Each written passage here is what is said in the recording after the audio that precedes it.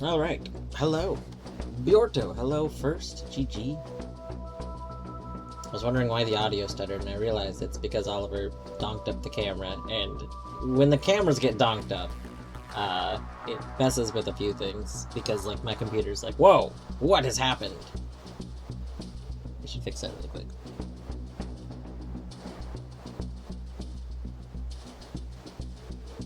Bird broke the camera, but he did not break my heart. Bird broke the camera! Something fart? I don't know. I don't know what else rhymes with heart. Part does, you know what? Part does rhyme with heart. That's true. I guess I could have rhymed it with part. Pet that Ollibert. Ollibert needs pets.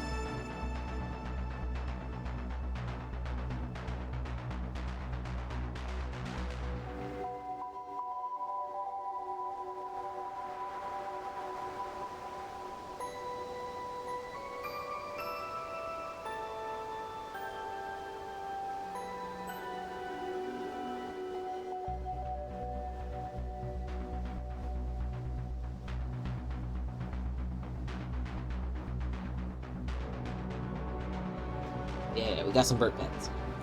All right. So I know we have the game menu open right now.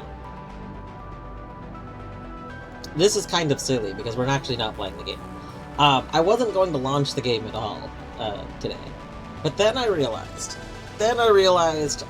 A, it makes the starting screen look really weird if there's not a game launched, and B, I might open the game to reference stuff, so I was like, well, I might as well have it launched.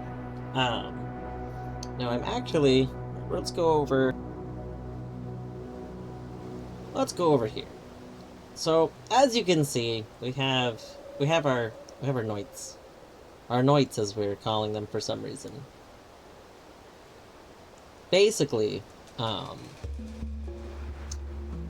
what we have for notes for this game is this file, which you can't see the layers to it because the way it captures it doesn't show. Actually, you know what? I might be able to change that temporarily. Hold on.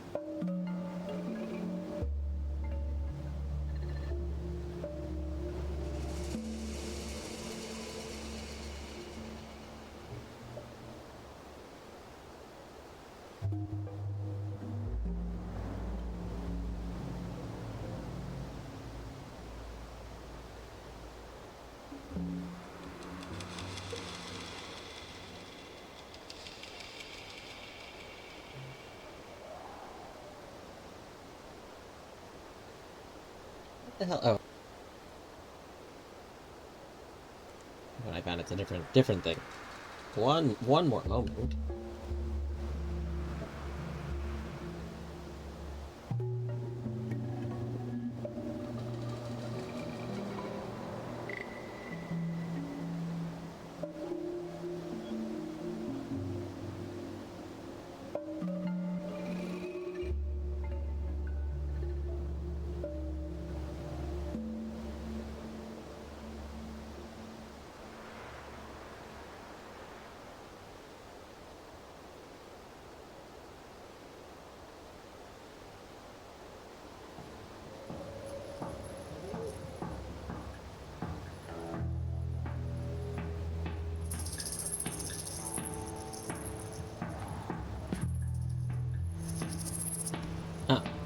I was looking through the menu options of Paint.net and was trying to see if there was an option to...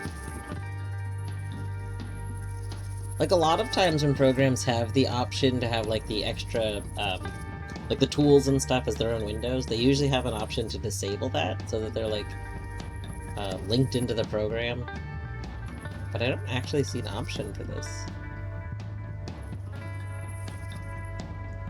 Which is a bit of a bummer. It's like, I would like to just put the layers...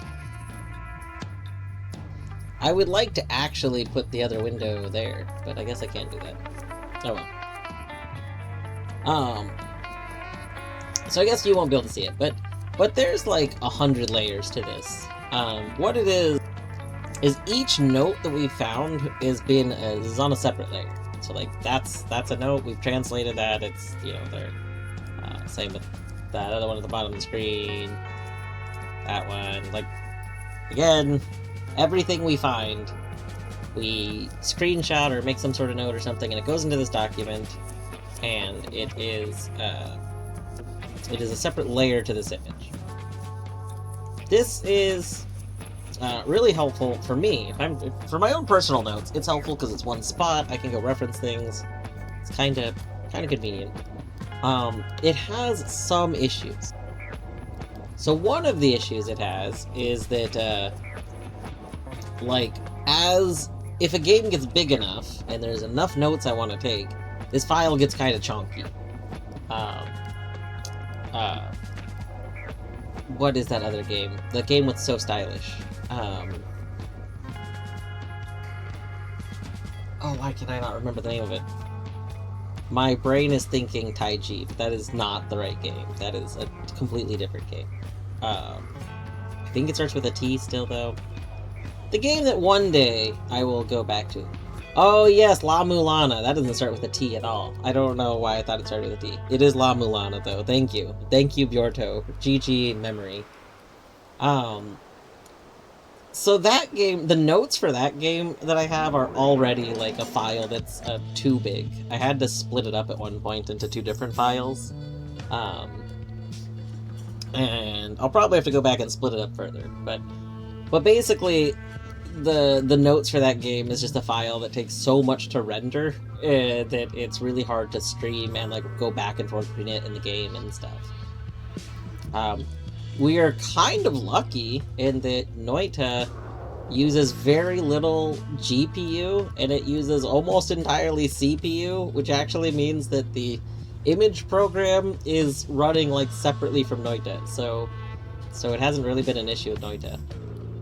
If Noita actually made use of the GPU more, we actually would probably have an issue. We would have a problem in that.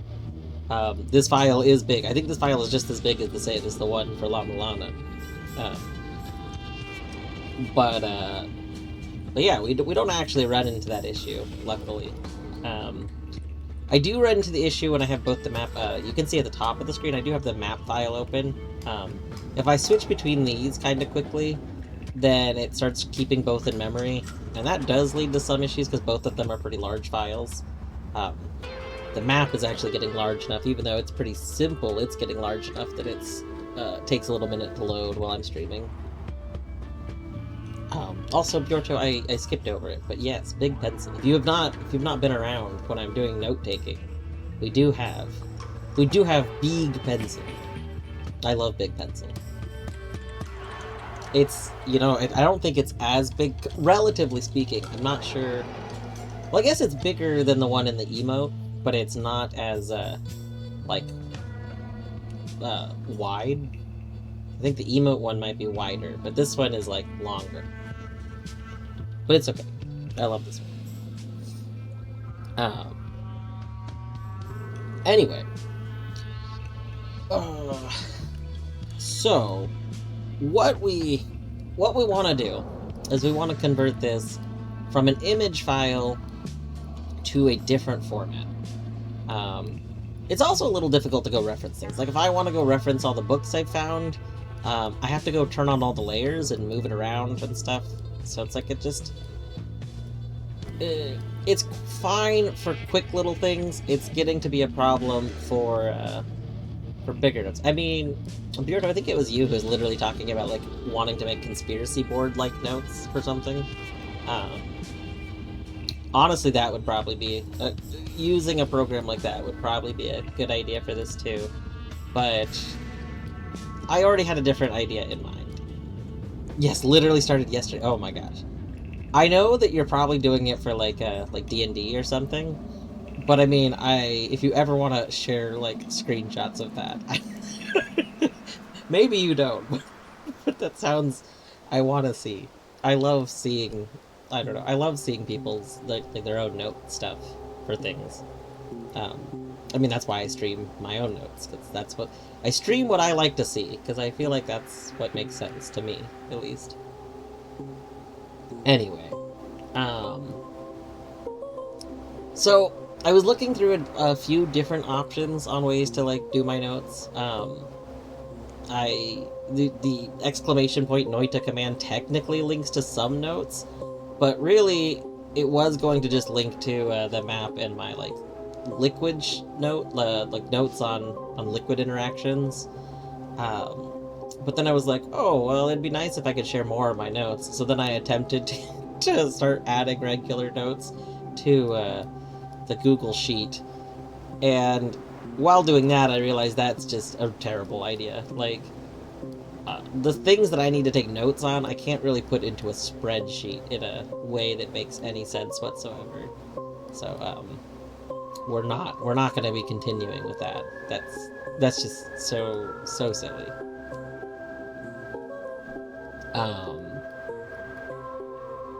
So we are going to.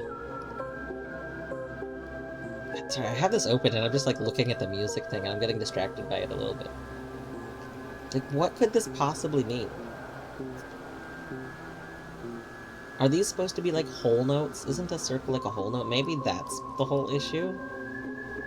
I might need to find a way to make these all whole notes. Because we've played these notes. But we might somehow need to make them whole notes. Also, does it mean something if there's a gap? I don't know.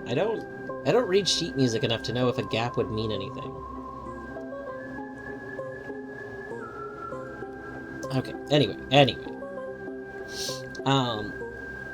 So yeah, spreadsheet, that didn't work.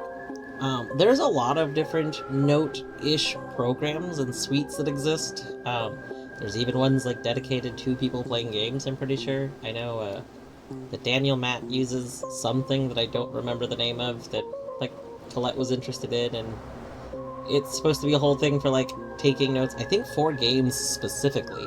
I think. No.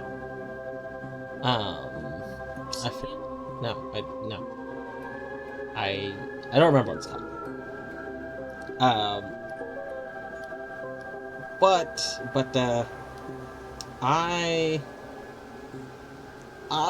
was thinking like the issue with a lot of them is that a lot of them aren't like particularly good for sharing, like when you're offline.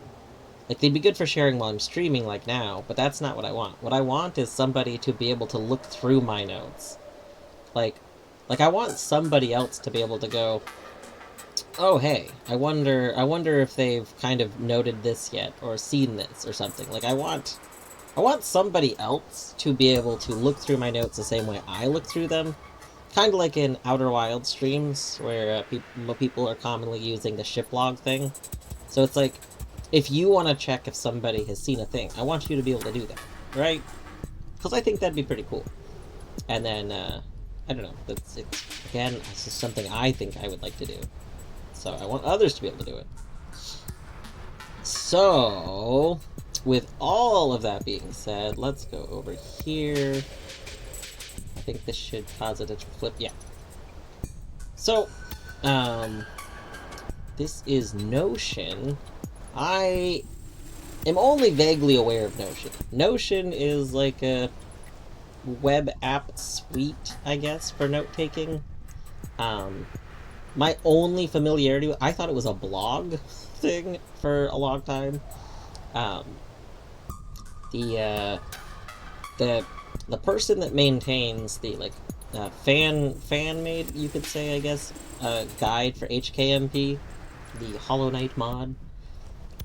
They use Notion to maintain the guide, and it's really good. And it kind of like, it's just web pages and stuff, but it basically looks exactly like what I would like my notes to look like, I think.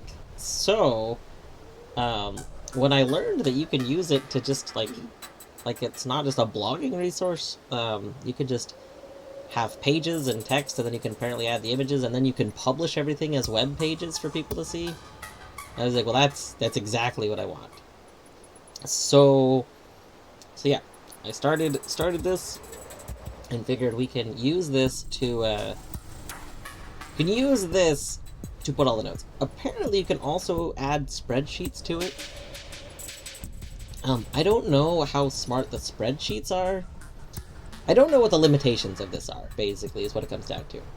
I know that I can do text notes, and I can add images into it that get like embedded and everything, and I can publish it to web. So like most of what I want to be able to do, it seems like I can do. I don't know if I'll be converting my spreadsheet to a spreadsheet here, because I just don't know where there are limitations and not. And my spreadsheets they're very smart. Artsy helped us make smart spreadsheets, and I would like to just keep them smart. I don't really want to go back to terrible, not smart spreadsheets, you know?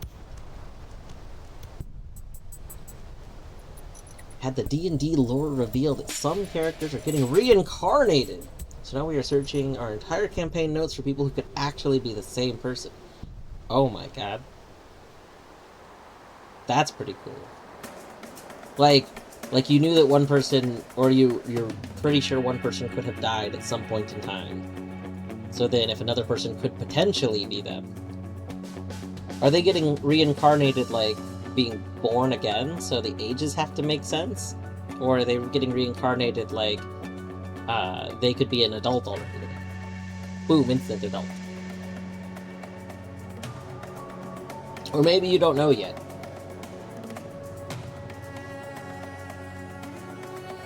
I don't know how much time shenanigans is in your campaign. Sorry! Oh my god, no, now I'm backseating the campaign. I'm asking questions. No!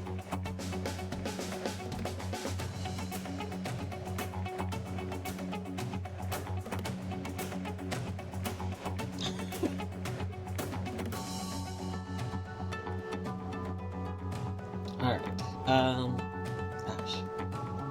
I'm not sure where to start. Part of why I wanted to stream this is because every time I opened this on my own, I literally did not know where to start with it. Which is, you know, part of why I only have this little tiny bit here, which is the endings I found.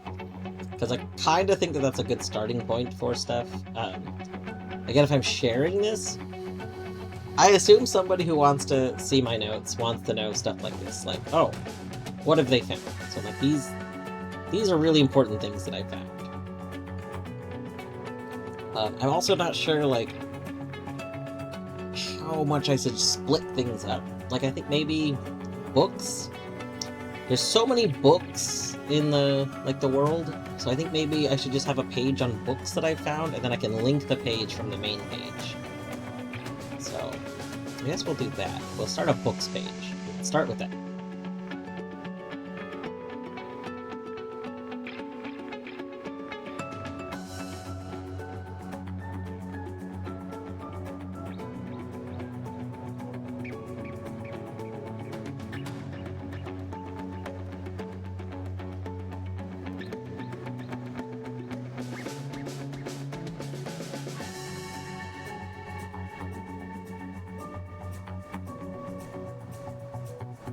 You are 89 sessions in, and the campaign note stock is 199 pages.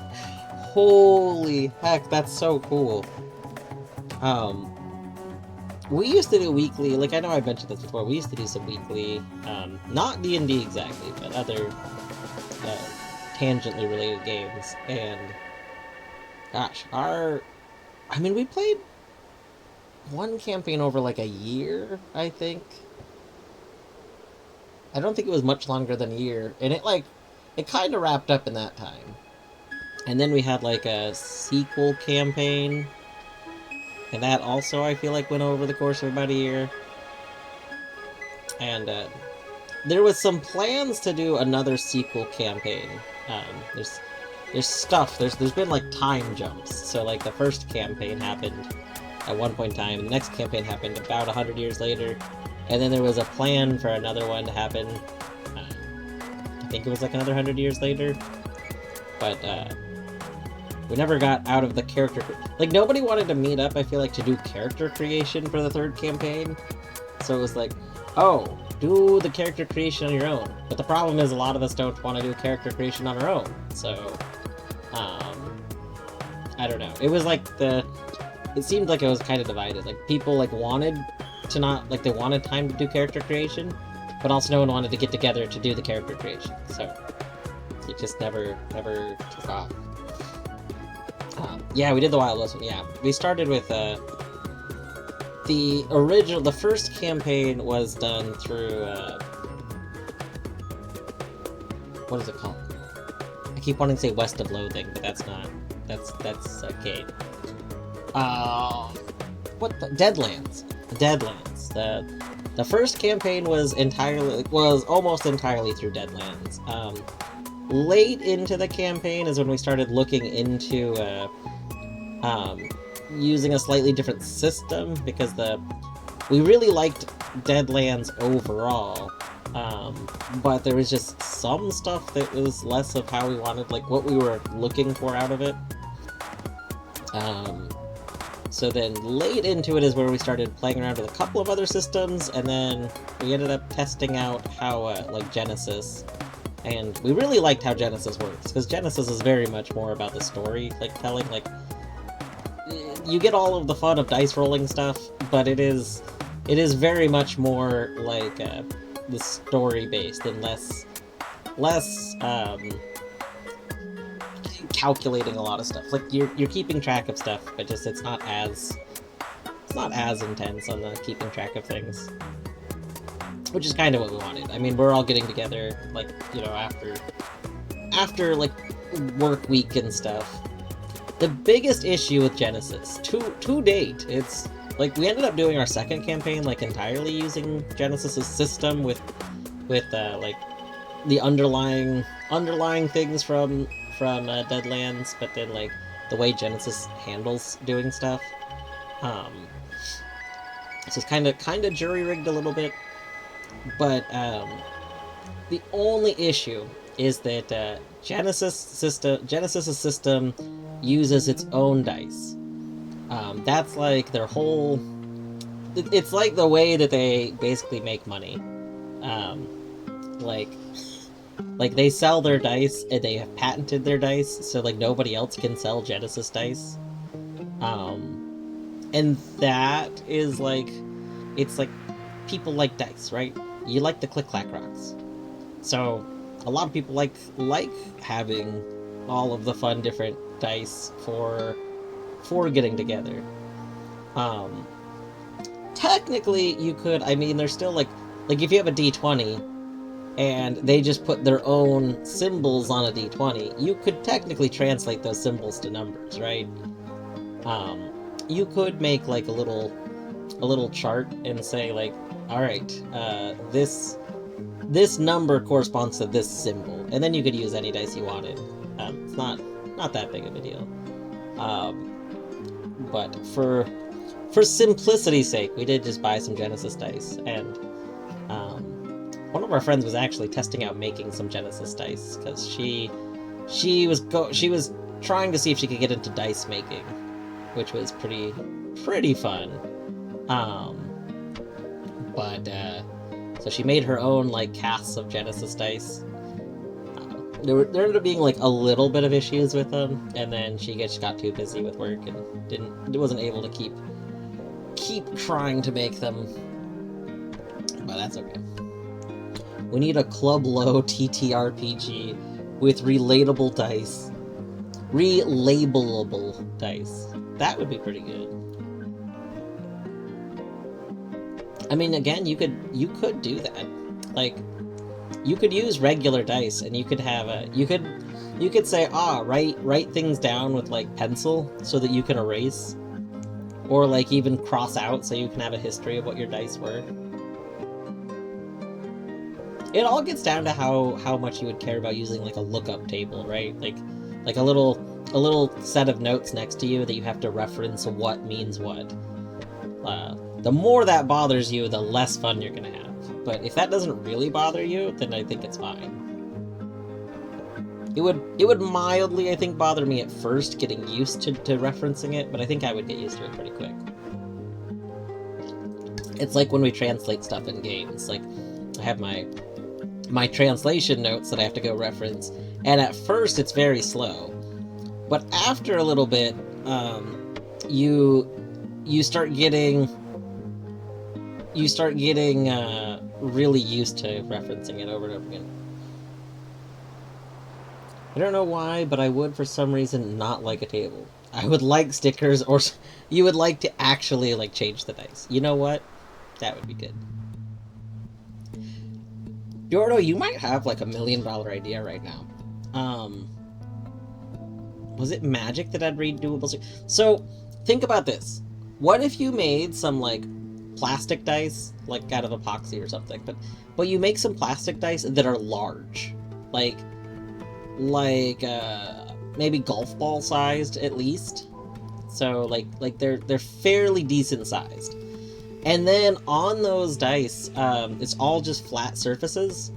And then you have books of those like plasticky stickers. They're not really stickers. There's not like adhesive on them. But you like use your breath. You like you go, and then get a little bit of warm breath, and then you put the thing on it, and then it like sticks to it, and it stays like until you put effort to take it off. Like they're for like the windows, right? They're like window clinks. I think if you search window clinks, you'll find those. But they're like little plasticky. They're like little plasticky stickers, but you just adhese them like they like kind of suction to flat surfaces. Anyway, yeah, I think you could literally do this. You could have that, and then all the stickers would make sure they fit on the sides of the dice. And then the system could have expansions where you have like maybe some dice with irregular sides. Like if you've ever seen, I don't remember if it's certain numbers, but if you've ever seen the dice that have like a soccer ball. Like a soccer ball has, some sides are hexagons and other sides are pentagons, and then stickers that can only be used on certain faces. That would be pretty good. I feel like this is actually a really, really good idea. Maybe it's not, but I think that this would be really appealing to a lot of people. Like the interactivity of it. Like, I don't know. Maybe it's not a good idea. It really depends on whether or not the adhesive things would stick well while rolling, because normally you stick those to like something that's stationary. So it's just, if they fall off while rolling, this idea completely fails. You could do something with Velcro, I suppose, but that seems less good. Also, hello, Battery. Welcome to the Noita stream. We're about to start moving notes over from this giant image file into a Notion document. That is what we're doing today. We're not playing the game. We're taking our notes and we're moving them.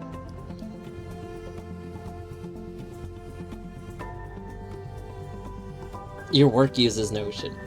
What are your thoughts on Notion? I did not know about Notion, like for realsies until literally the other day. Like, the HKMP, which is like the Hollow Knight multiplayer, the big guide, it's like kind of, it's not like an official guide, it's unofficial, but it is like the official guide. Anyway, it is made in Notion, and I thought Notion was like a blogging site, because the whole thing just like kind of looks like a blog thing that's being used differently. But when I learned that it's kind of like a extension of Evernote, I think a lot of people used Evernote. When I learned that it was basically like an evolution of the idea that Evernote was, I was like, oh. And since I knew you could publish web pages with it, I was like, oh, this seems like it's really useful for taking game notes. So it's good for a few things, honestly. They use it too much, but it's a good organized relational space. Yeah. I don't know. I think it'll be good for game notes. So, like, what I want to do... Well, Matter, you haven't played this, so I don't want to do too much spoiler stuff. basically, what I want to do is I want to have different pages for different things in the game I'm taking notes on, and then a main page that has some overall notes, and then links to those different pages. Right? Like, I think that'll be a good... I don't know. And then all of this... The whole idea is that I can have these notes in a shareable format, so that people that are, like, watching the stream, they can, like, look through my notes on their own. And they can kind of see what I have learned and what I haven't learned, and, like, there's just so much going on. So I think this is, like, I think this will work really well, and it's a format that if it does work for this, I'm gonna probably start using for other, like, mystery games. I figure, like, one day I'll go back to La Mulana, and I'll probably convert my notes from La Mulana to this. And, like, Void Stranger and Rain World are on my list of games to play, and I'm pretty sure those are both games I'll want notes for. So yeah, I think this will be a fun format. The biggest issue I think I always have is people that join a stream that's not at the beginning, like, of the play, like, you know, I'm 80 streams into Noita. Like, they have no idea what I do and what I do not know. And just seeing random things doesn't actually help that. Like, okay, battery, have a good meeting, by the way. I don't know exactly when you're losing audio, but it could be any second. So have a good meeting. But yeah, if you like join someone's first playthrough, you know, 40 streams in, you're like, oh, I wonder if they did this thing that you could have done really early on. And with Noita especially, the main thing I tend to share with people is the map that I've been working on. The problem is, people see the map, and a lot of times they seem to jump to conclusions on what I should and shouldn't know based on what I have and have not discovered in the world. That might work for the for a normal person playing the game. That doesn't work for the person that has tried to exploit the ability to dig with the bare minimum over and over again. There's just so many things I found that are like... There's so many things noted on my map that there is just absolutely no way you were intended to find them the way that I found them. So that's been a whole thing. Anyway, so, like, I think early on my map was a good way to show people what I did and didn't know. But at the point I'm in now in the game, the map is not a good way to show people what I do and do not know. The map just shows what I've physically seen, but it does not convey knowledge. And that is what updating notes is going to be for. Alright, so...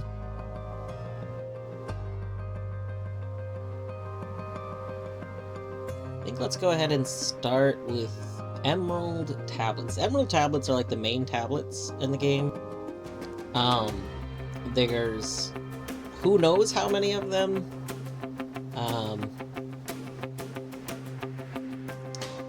But I think that's a good starting point for the tablets page.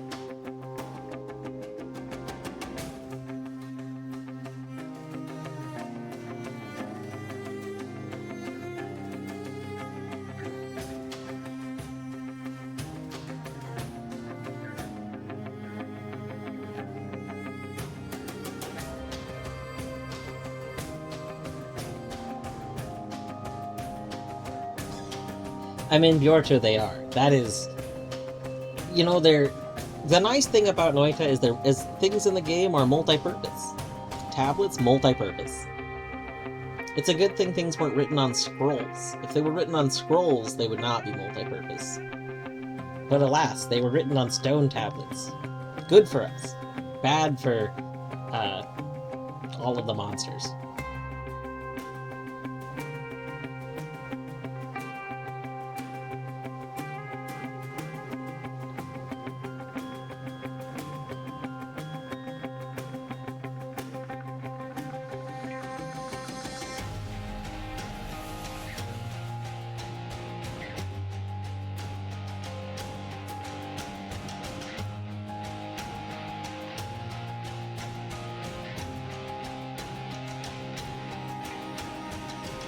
There we go. Okay.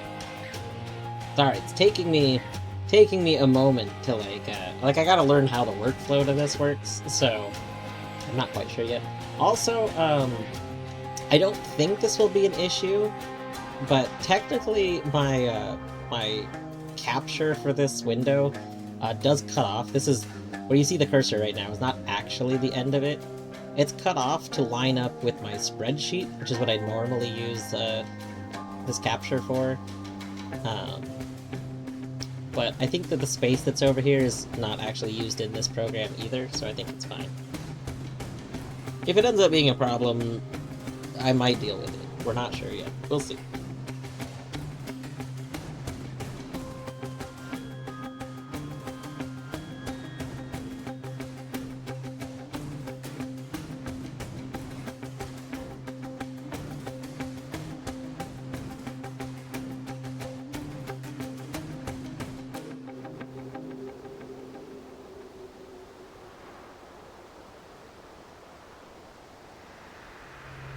I was kinda...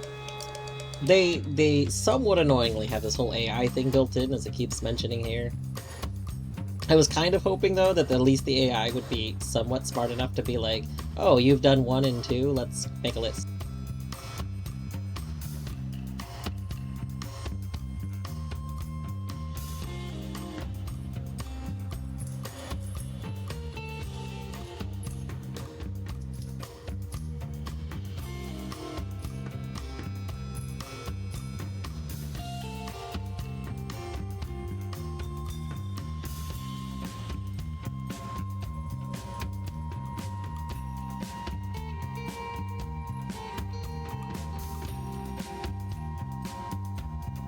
Okay, these are the ones that we suspect. Technically, we've not found all of these.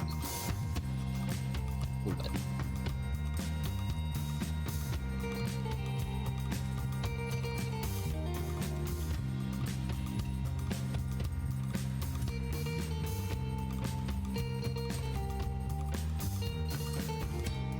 what all do we want to have noted here?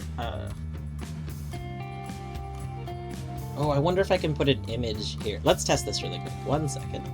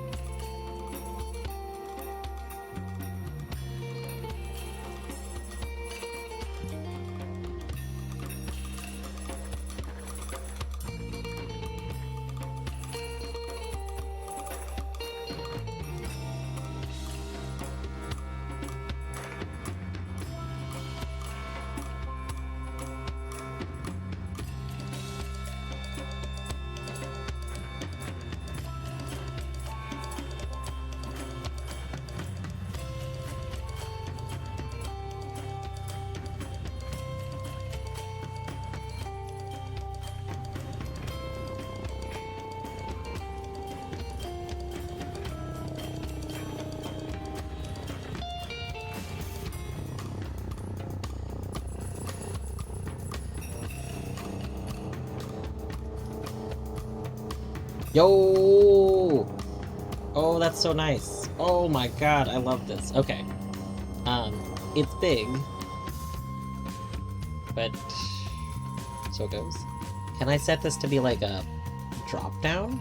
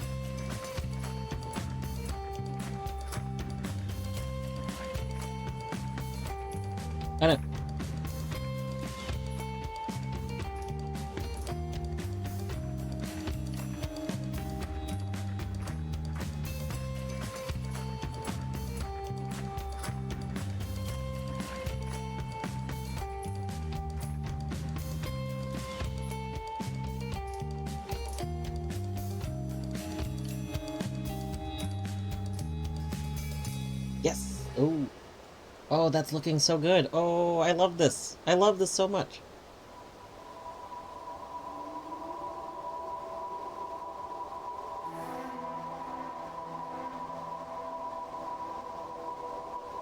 Okay, that looks readable. Maybe, like, the stream is probably gonna be a little smaller. Maybe it's not readable in stream. It looks... I'm trying to get the text on this to be a roughly the same, like, kind of size of this.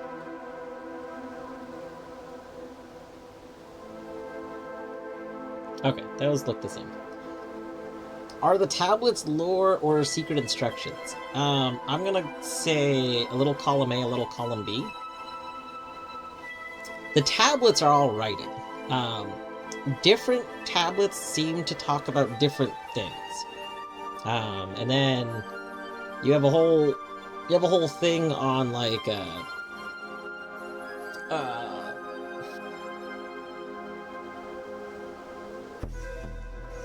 there's different types. So like this first section notes is about emerald tablets with these numbers, but there's other emerald tablets that are not just called like Emerald Tablet 1. And so like different text things we found seem to be about different things. I mean, Emerald Tablet 3, which we're gonna get to here in a moment, is essentially like a shitpost. So, it is a movie reference.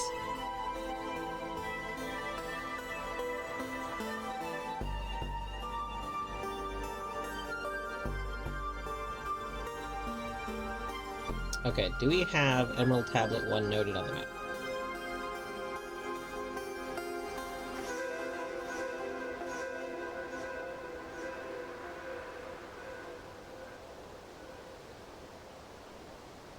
That's Emerald 1. Okay, nice.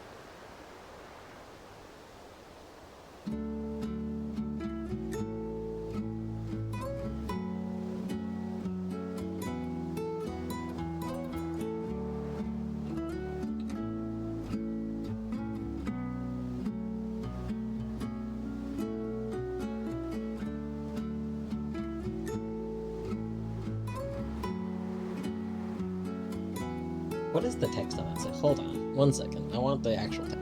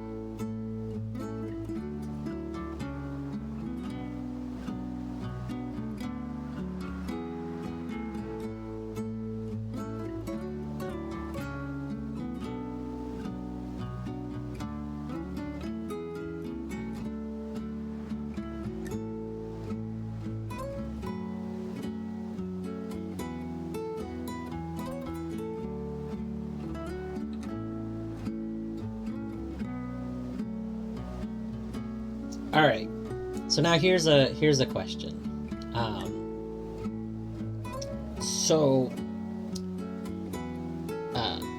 Hopefully battery can't listen.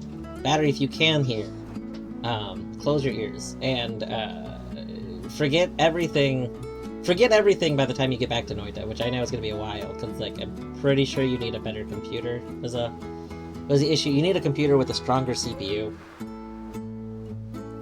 So anyway, so there's a mechanic in the game that allows some tablets to be converted into like a whole new thing. Let's go back over here. So is tablet 1 convertible?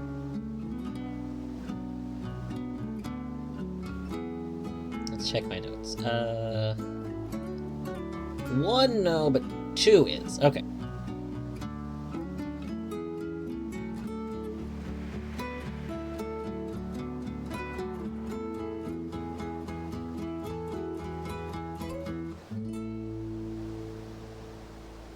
So, if we look at this here, do I need, what is this? Thoth? Let's hide Thoth.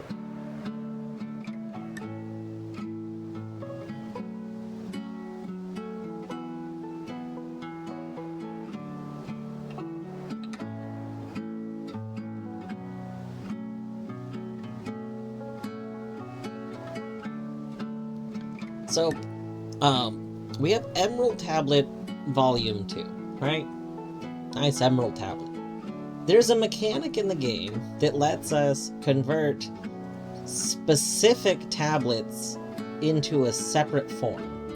So Emerald Tablet Volume 2 is still Emerald Tablet Volume 2, except it went from a green tablet to a gray tablet, and the writing on it changed. This is like a kind of fascinating thing. We can't... It doesn't seem to apply to every tablet. It's literally specific ones, and no idea which ones, like... We're still learning. I have a list. That's actually a good reason I have my game open. We have some Steam notes as well, and the Steam notes we're gonna incorporate into these new notes. But like, this is a whole thing. So in my notes image that we have right here, I have them organized by all of the standard emerald tablets are in like one section of the layers, and then all of the secondary versions that we found are in their own section of layers, right? But would it make more sense to do that in the document, or for the document, would it make more sense to put the conversion text next to the original?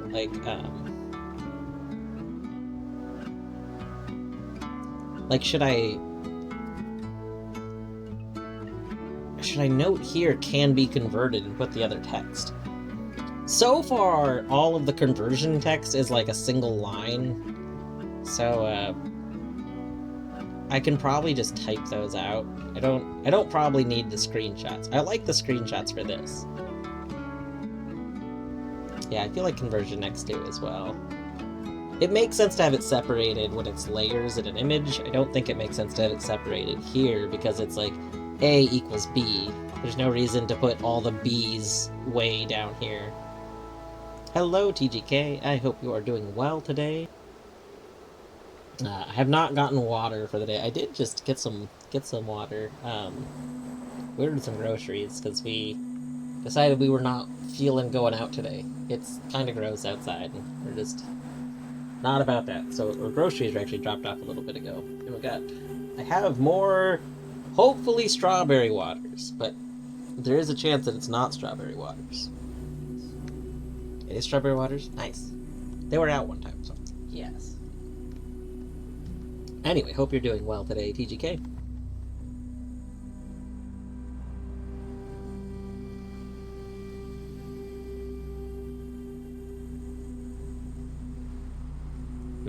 Question is, do I want to go under this? I really wish... I don't see a way to do it. But I wish there was a way to, like, put this as, like, a spoiler? Like, have it collapsed. Have it expand if I want it expanded, but if I don't want it expanded, have it collapsed. That feels like it should be a thing. Yes, I was just saying hello, and I was saying, I hope you're having a good day so far.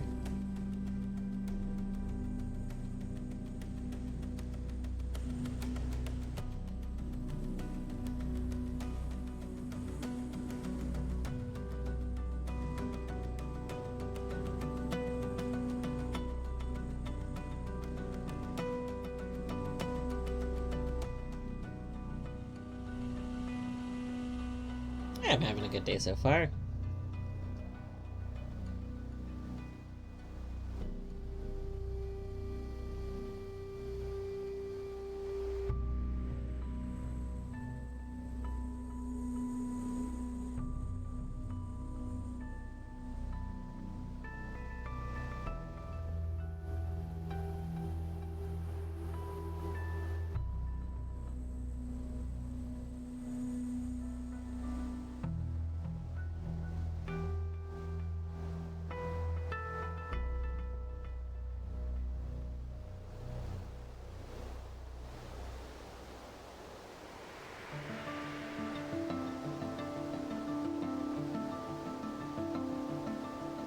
Alright, I think there's not a way to hide it, so I just have to live with it. I wonder.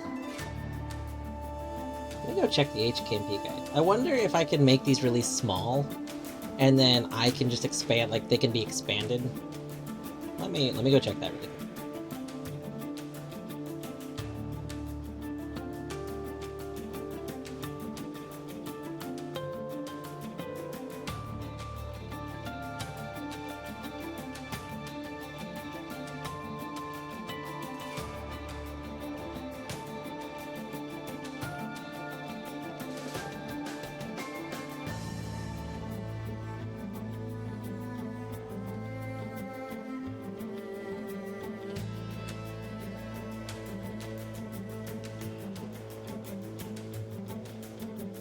Okay, I think so. I think I can do that.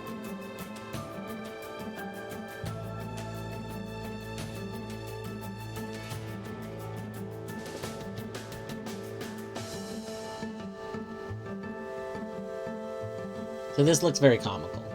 But I think we can do something like have these look kind of like thumbnails, and then you can click them to see the whole text, which I think might make this more readable. Like, this is going to be a big list of books, right?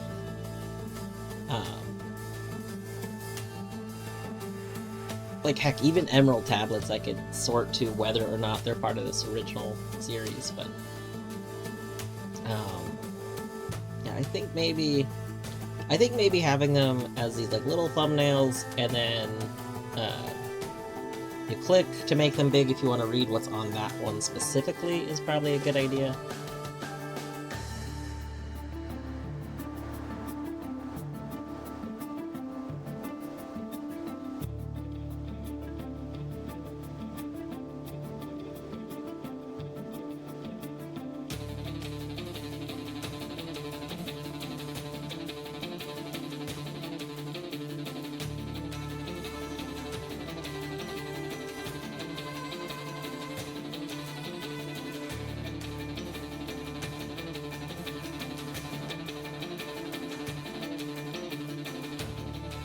Is Anvilable a good like, trying to think. So the mechanic for transforming a book into the second thing is to like throw it on an anvil, and so I'm just wondering if Anvilable is the good phrase for that. I think so. Like, I was trying to think of what I wanted to use to refer to that.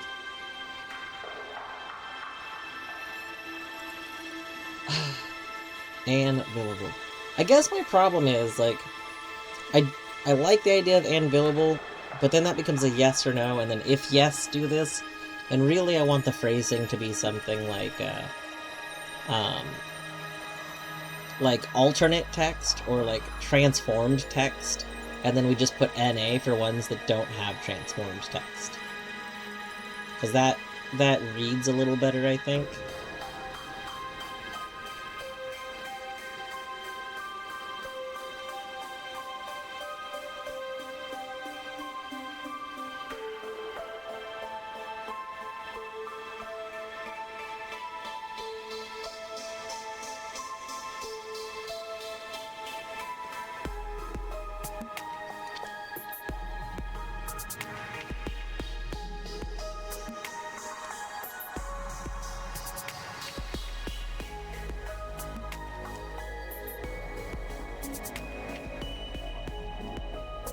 Alright, so this looks like it would be an entry for a tab. I think this looks good.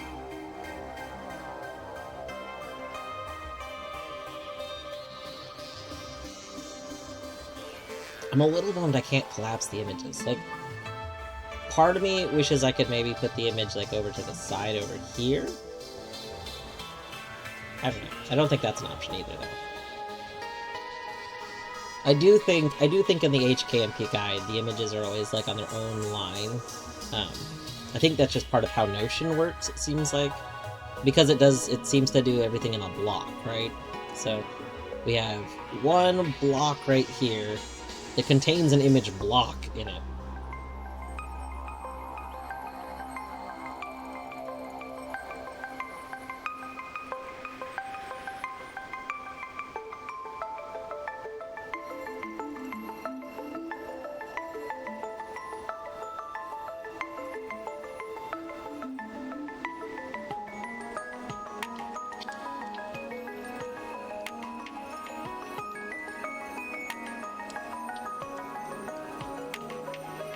Also, Bjorto, you should play Into the Breach. Did you finish your streamed playthrough of it? I assume not, because I mean, there's a lot of that game, and there was only a few streams of it, so I'm pretty sure you didn't finish it. I think you ran into the same issue I ran into, which is returning to Into the Breach after not playing it for a long time turns out to be really difficult. It's like you gotta like play from the very beginning again. I don't know why it's so difficult. I feel like when I was done playing Into the Breach, I could win every scenario every time and had no issues. And when I returned to Into the Breach, I felt like I had never played the game before and I died to everything. Like, a scenario loaded and I was just like, oh my god, this is unbeatable. I can't win anything at all. And I don't understand why, because it doesn't seem like that should be the case, but I guess it's just like getting into a way of thinking changed or something.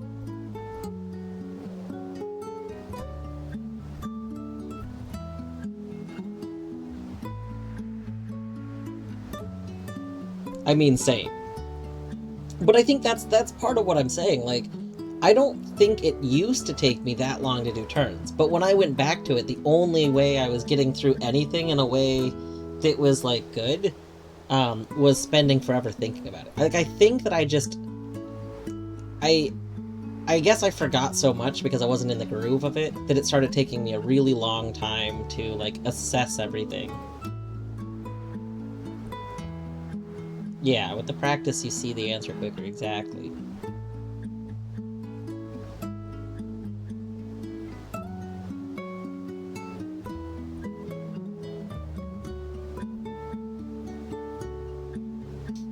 Bjorto, it takes 30 minutes for a turn. Me, staring at my notes for like 10 minutes at a time. How do I want to align this a little bit?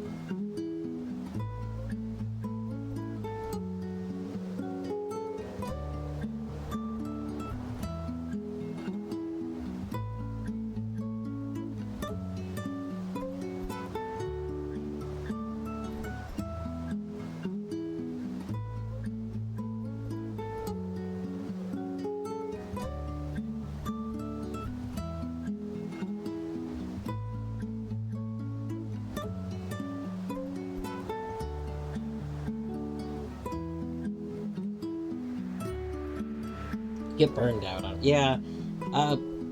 Into the Breach is really weird to me because FTL I played a lot before I started to get burned out on it. And for some reason, Into the Breach, I found I had to play it in short bursts a lot more. I don't know. Both of them I feel like have about the same amount of variance, which is to say they don't have a ton. They do have variance. Like, I feel like both of them have... Well, I guess Into the Breach has maybe a little less than FTL. FTL has more variance. But, yeah, I definitely got a samey feeling in it pretty quick. I originally didn't realize I was getting that because I originally played it on the Switch. And when it was on the Switch, I was playing it when our friends came over. Like we play Switch games whenever, like, our group of IRL friends get together.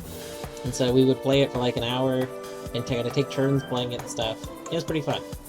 And we basically 100%ed the base game. And then when the expansion came out, I got it on PC, because there's like a lot more you can do on PC in general with it, and I was like, okay, then I can mod it and stuff. But I wanted to go replay the game, and I, A, was doing really bad on it, but then B, just, like, found myself instantly getting burned out on it, like, very quickly. the saminess just really, I don't know. If you try and play it for longer sessions, I think maybe that's happening. I really want to play the, there's like a huge fan expansion to FTL that I want to play at some point. FTL, I didn't feel the saminess too much, even though I would go for the same strategies a lot. What? Question. Yeah. Are you gonna eat your cake? You can have a cake. Well, it's like, gonna toss it up. I keep forgetting about it, it's a problem, and I only want sweets sometimes, so I don't know if I want cake. You can toss it. I don't need the extra sugar. But like, yeah, so it was, my stepmom's birthday the other day, and, it's just a few slices of, like, pre-made cake. It was not like a fancy cake or anything, but we all had, like, some little cake squares, and I ate like half of it, but there's still, like, the other half of the cake there, and, so, I don't know, it's alright cake, and cake is pretty good, but, I don't know, I don't tend to eat a lot of, like, sugary things on my own that much. I tend to be more of a savory things person. So it's like, I completely forget, if I have cake, unless we're doing something where, like, Torny and I, after dinner, both each go get a slice of cake, like, if it's one big cake and we're splitting it, then I'll have some cake. But if it's just mine, like, we each had our own slices of cake, and Torny does not want, like, my cake, because we kind of traded cakes. So the ones that she did not like, I took, and the ones that she did like, I gave her mine. And, yeah, I just, like, so she ate her cake, but I haven't, like, wanted cake. When I've been kind of snacky, I would rather eat, like, a few chips or something.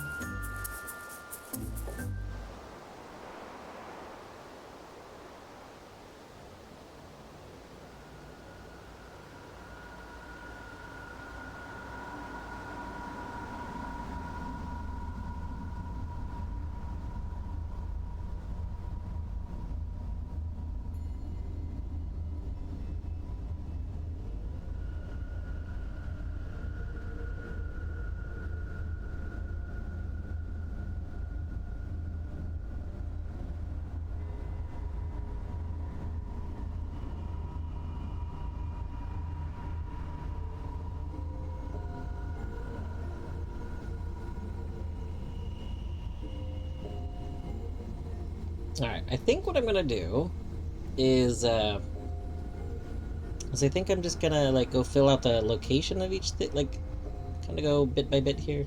I think that'll be fine. And then we'll go add all the images, like, later, so I can just kind of have, like, standardized workflows for each section.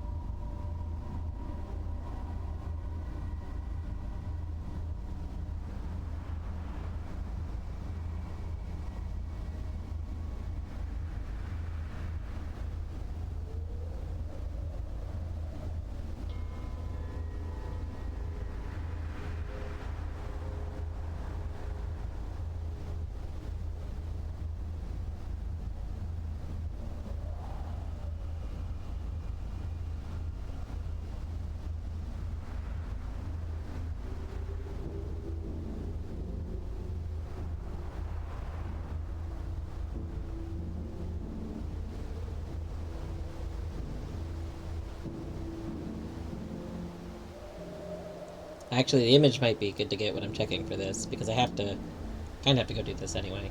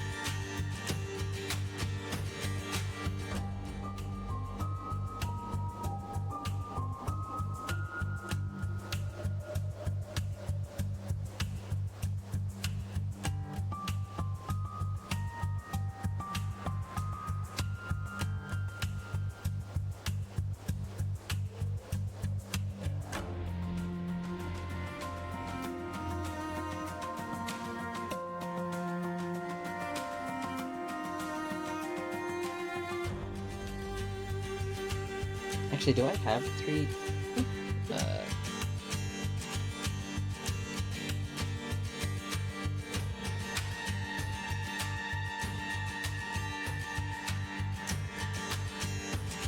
I do have 3. Okay.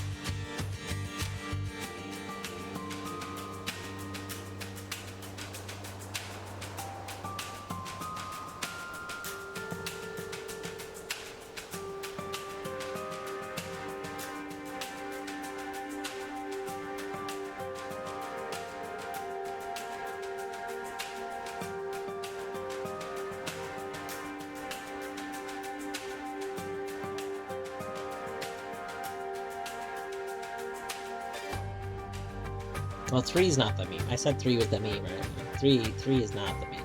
Different one is the meme.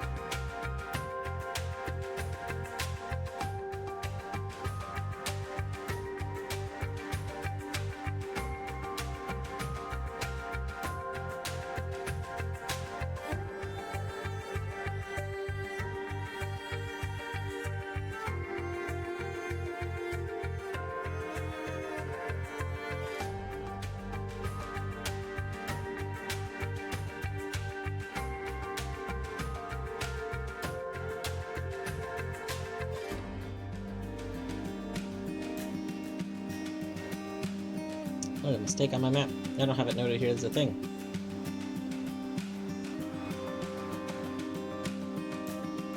I'm 99% sure that this is where tablet 3 is.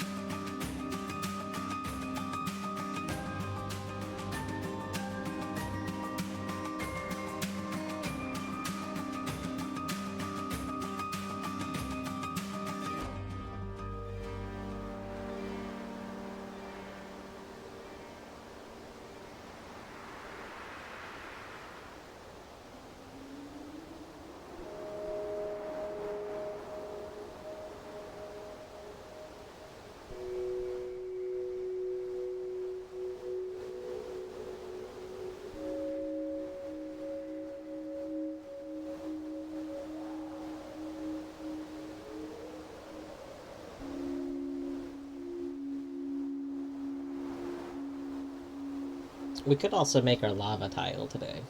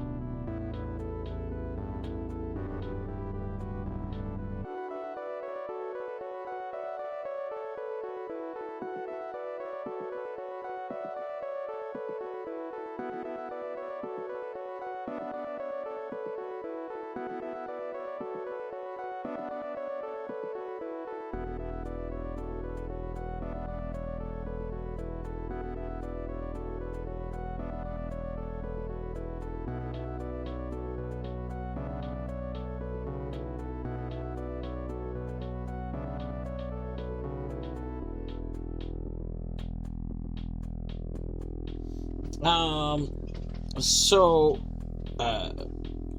yes and no. These I did not have to translate. So, it is a simple substitution cipher, like essentially a different font, is how I've referred to it a bunch. So the tablets themselves, they automatically translate. So when you pick up a tablet, it starts by showing the original language, and then after a second, it converts to showing it in the translation language. And again, it's just the simple like font changing from one font into another font, and the other font you can actually like read. It's the other font is just an English font. You know, it would be the equivalent of just taking text and changing it to like wingdings or something. Like it would be a different language. Like you'd be like, oh, it's a different language, but it's just a different, same characters, different visual representation of them.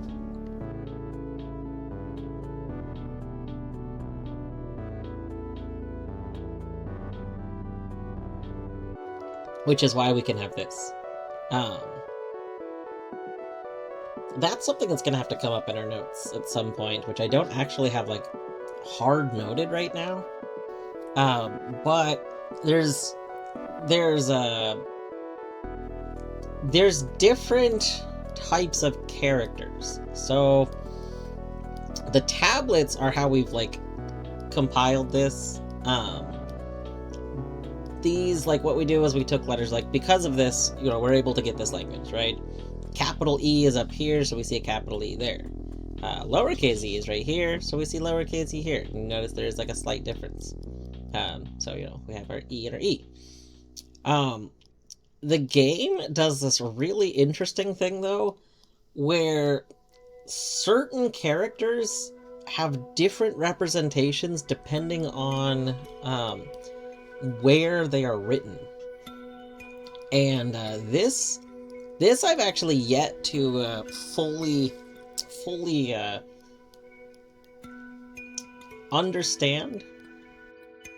To some extent, some of it is like stylistic. So let's pull up an example here.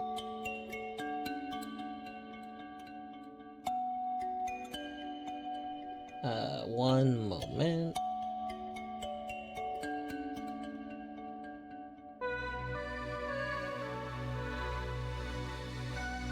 Oliver must have broken the camera because there was an audio pickup. That's okay. We'll fix it when there's actually a camera pickup.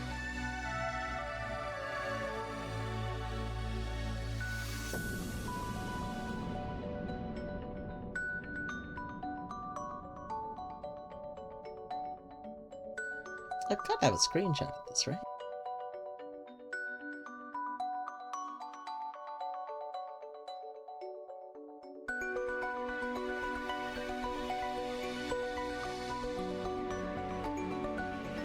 Well, we can use this as the example. So sometimes stuff is written out. If it's written out, then like in this one, it there's kind of like a personal touch to it. Like it, you know, like if somebody handwrites something, their handwriting is going to be a little different, right? Like the way you make the letter D might be a little bit different than how I make the letter D. I thought I had.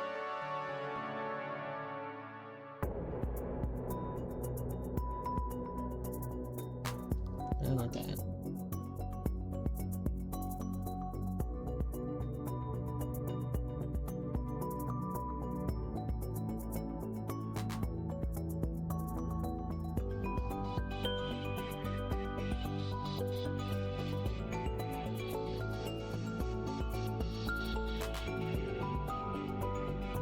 I mean, here's another one, right? This text back here is kind of stylized a little bit.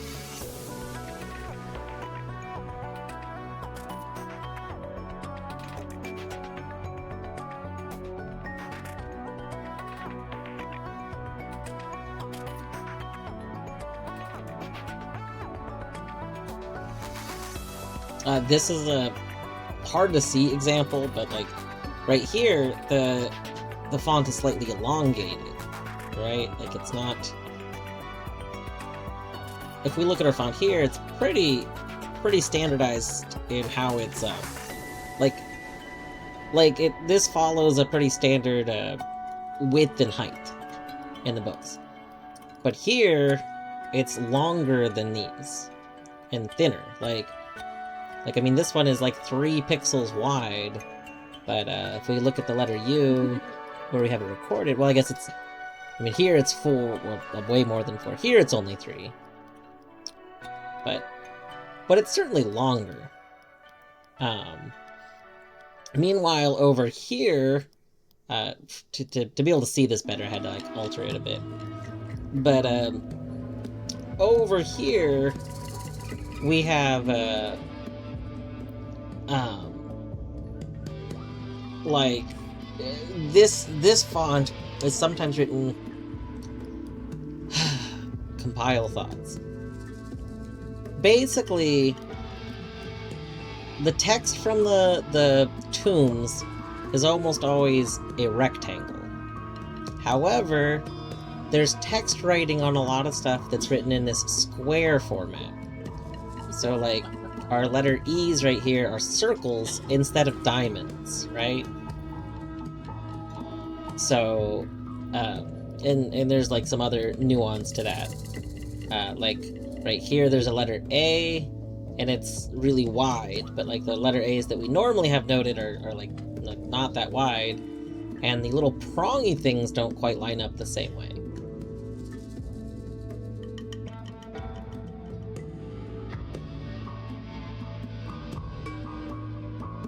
So basically, depending on where something is written, there's some nuance to some of the characters. Largely, it is like this. It's just it's these kinds of things where it's just it's a little tricky to sometimes see at a glance. So F is a big one. This actually, I thought this was a different letter for a long time.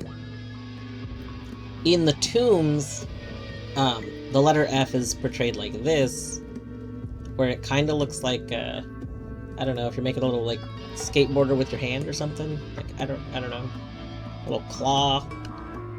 But here it looks like a pickaxe. And so it's like, it's kind of like, because it's elongated here, and it's not elongated here.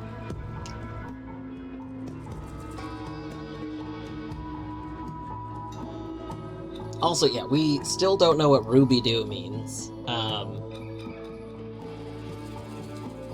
The closest I can think of is that Ruby is what's important here, but Ruby what? Ruby something. Ruby-Doo! Exactly. So, I don't know. Certainly it's gotta mean something.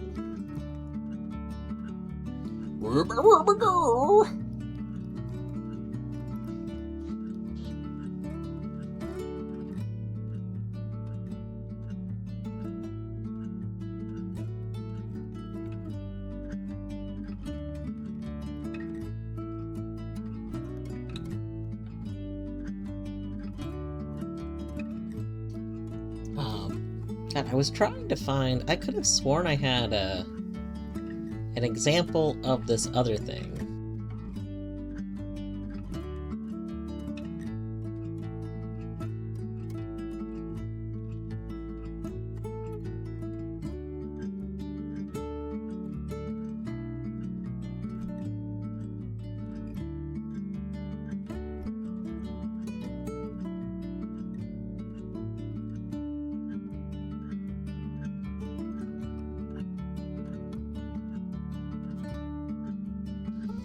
Oh, you know what?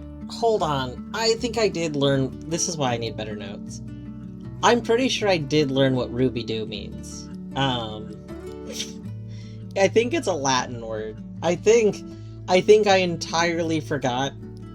And, I think that I was like, what if What if, I'm pretty sure it's Latin. I just forgot that the game occasionally has Latin in it.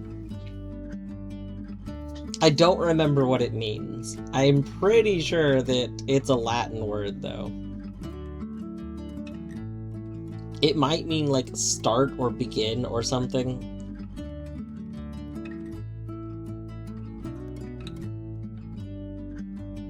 That's so silly. I can't believe I forgot about that entirely.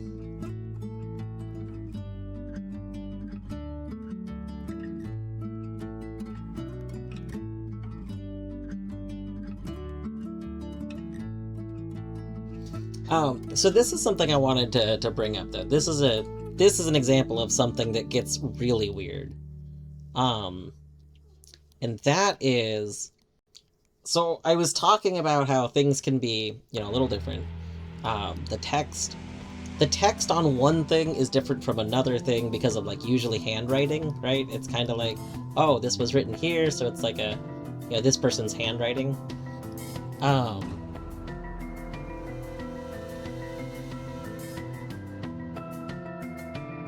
I was just double checking to see if I had a...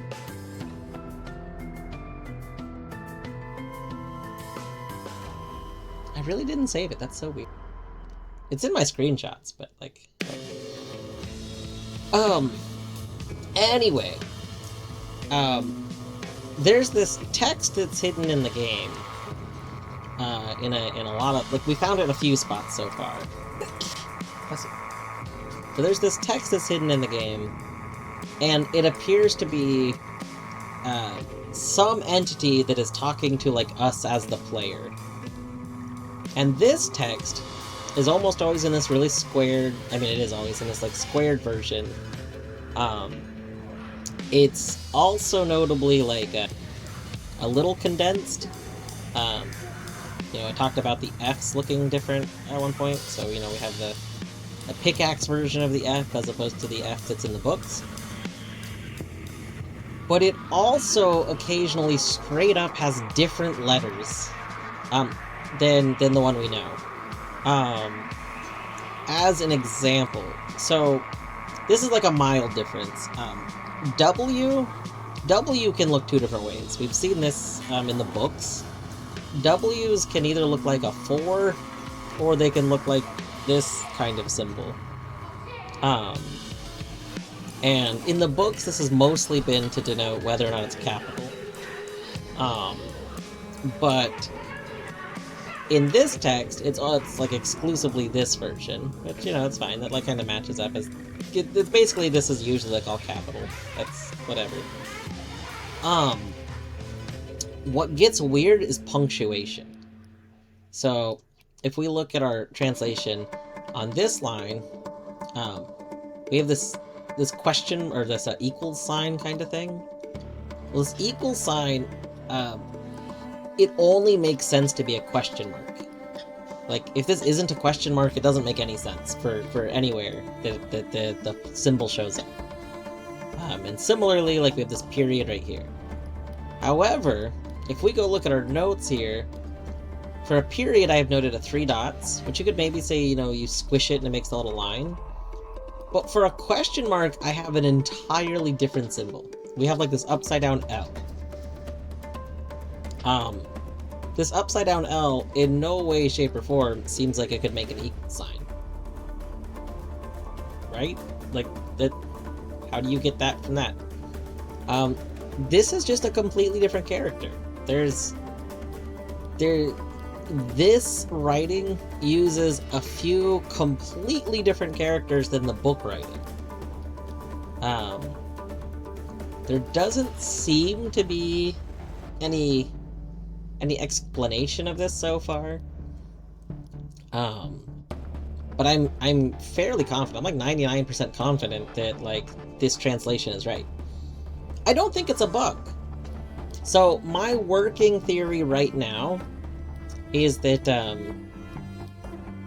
this is actually the developer's intention of showing the like things changing over time. So this text I'm pretty sure is supposed to be older than, like, anything. Like that's why it's like it's kind of talking to you like before the creation of the world or something. Like, it's like they knew you would stumble upon it, but it's from like a being that is older than all the other writing. And so it's like, from this is the characters that were originally used for like old text. And then over generations of time or what have you, you get the more modernized writing. And the modernized writing is this. So that's my like working interpretation of it. So I think that old script has this character for a question mark, and modern script has the other character for a question mark. And there's just a few other places we see stuff like that. For the most part, I haven't noted the alternate versions of them on here at all. It's only been with punctuation, and it doesn't happen enough to be like, it doesn't really affect things a whole lot, because the letters are the same. So we can just, from context, figure out what the punctuation should be. I do think that I might have a page about translation stuff, and if I do that, then I'll probably make notes of it and I'll start tracking it more. But until such a time, it's just a really interesting observation. Like, I don't know, I think there's another one. I think commas are different, or apostrophe. Is it commas? Let's see. Who gave your will to? Who gave your will? You gave your will. We're missing a word. This translation is missing a thing. Hold on. I skipped something.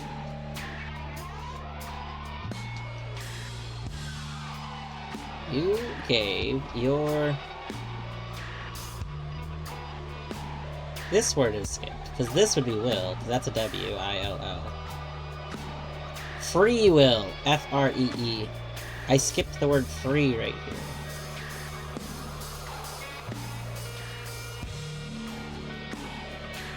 How do I fix that? I can't go back and edit this.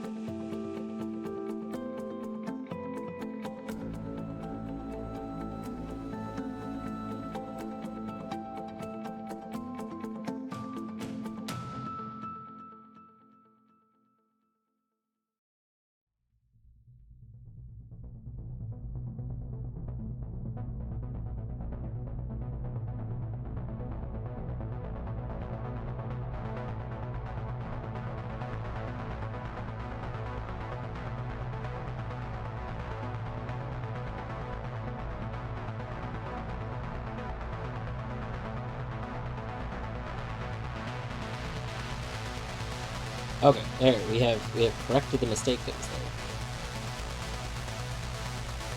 I feel like recently I'm trying to figure out why I like or don't like certain types of puzzles. And do I prefer assembling a puzzle or searching for the pieces? Ooh.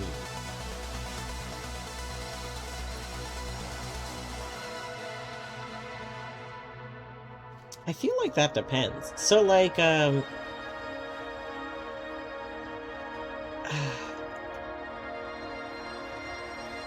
you asking, so if you're gonna assume that both things exist, are you saying which part of the thing?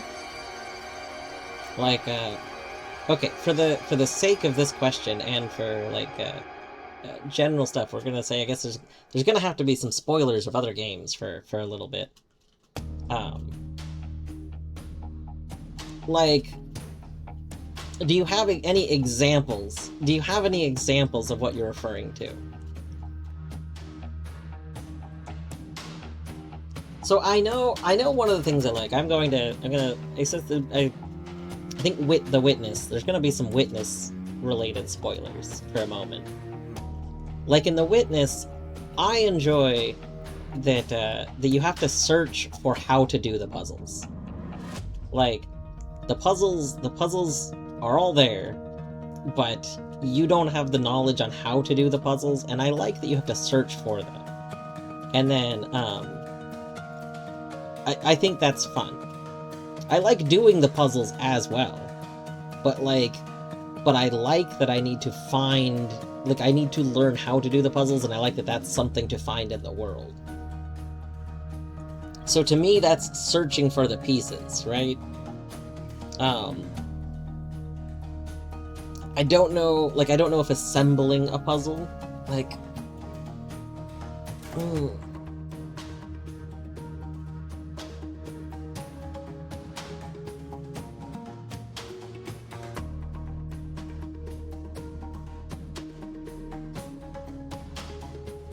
still love doing Sudoku.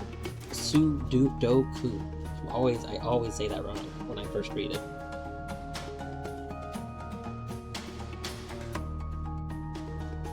You'd say that Sudoku is both types, or you say the Witness is both types.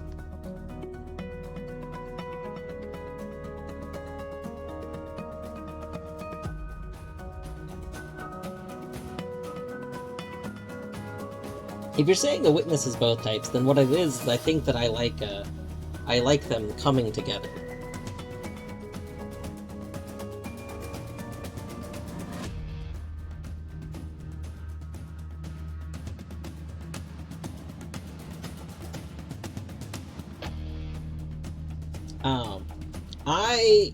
So I know like Flib tends to share like a lot of things that are like Witness clones, in that they are just the puzzle elements, and other similar tile-based puzzle games. I think I don't find just doing the tile puzzle games, like especially once you like know how to do them, I don't find just doing them a bunch to be as fun.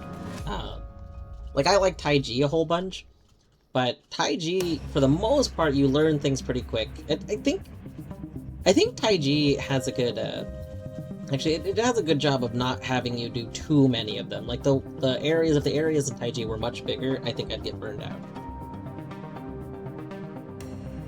Tunic would be an example of trying to find the pieces. Okay. So Tunic, I guess that makes sense. Like, you know, and Tunic spoilers to anyone here. Maybe be away for a bit.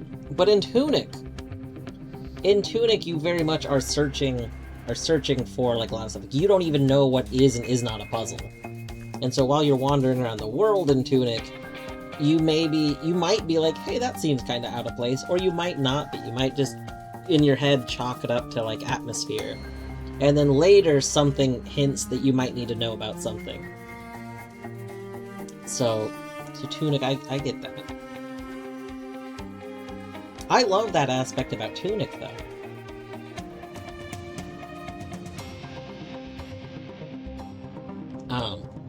And I think that's a thing with Outer Wilds, too. Outer Wilds Outer Wilds is very much a, like, you're not necessarily trying to solve a lot of puzzles as much as you're trying to understand how to interact with the world.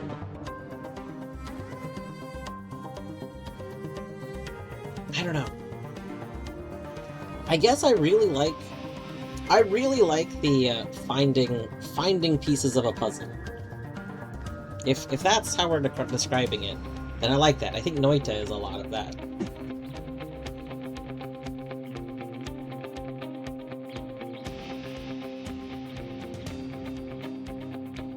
Yeah. La Mulana is, like, I think it's a very extreme amount of that, because it's also very brutal. Like, Noita is kind of brutal, too.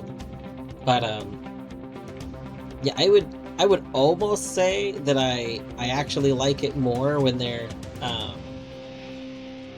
not as... Like, I kind of wish that more games were kind of like The Witness, or... Like, maybe... what if Tunic didn't have as much combat? Would it still be as interesting? Because, like, I feel like it would be. Like, I like to search the world for things. Like, Outer Wilds does not have combat. Outer Wilds, you're just searching the world. And I love the searching the world part. Like, that's the part that appeals to me. I could leave behind a lot of the combat stuff to some extent. In Noita, the combat is part of showing that you've solved certain puzzles. Which I think is very interesting. Like, a lot of enemies in Noita are have you figured out how to deal with this enemy? Because if not, this is a roadblock. Like, the world has a way to deal with this enemy. Can you deal with that? And that's, like, fascinating. Like, I think it's why the combat in Noita I don't find as off-putting. Like, in La Mulana, I really like La Mulana, but it does get to be a bit much. Like, I got, like, the boss fights and stuff. It's like, okay, this is a lot to deal with. And I just feel like I don't always want that much challenge from, like, the actual... Like, I want to do the puzzle stuff. That's what makes Tunic special. The combat and the puzzle sides are good. Yeah. I think it really comes down to balance. I think if you're going back to the original question, I think the balance is what's so important. I think that if Tunic was much more difficult in terms of the combat... I mean, some people said it was really difficult. I don't think Tunic overall is that difficult. I think there are some, like, combat roadblocks. I mean, there's 2 specific instances that are really difficult. And you could definitely argue it's a big roadblock that the game does not give you quite as much nudging in the direction of how to be stronger. That's something that either clicks with you or it doesn't. And if it doesn't, you're severely handicapped in that game. And yeah, that's another good point. I always forget about it. A lot of people that I've like, not directly talked to, but, like, I've seen talking about Tunic, they loved Tunic, and they used the... I don't know if it's God mode? I know there's, like, a combat... There's a mode that basically makes the combat so that it's not, like, a huge struggle for you. I don't remember Tunic's implementation of that, but I think that is really good.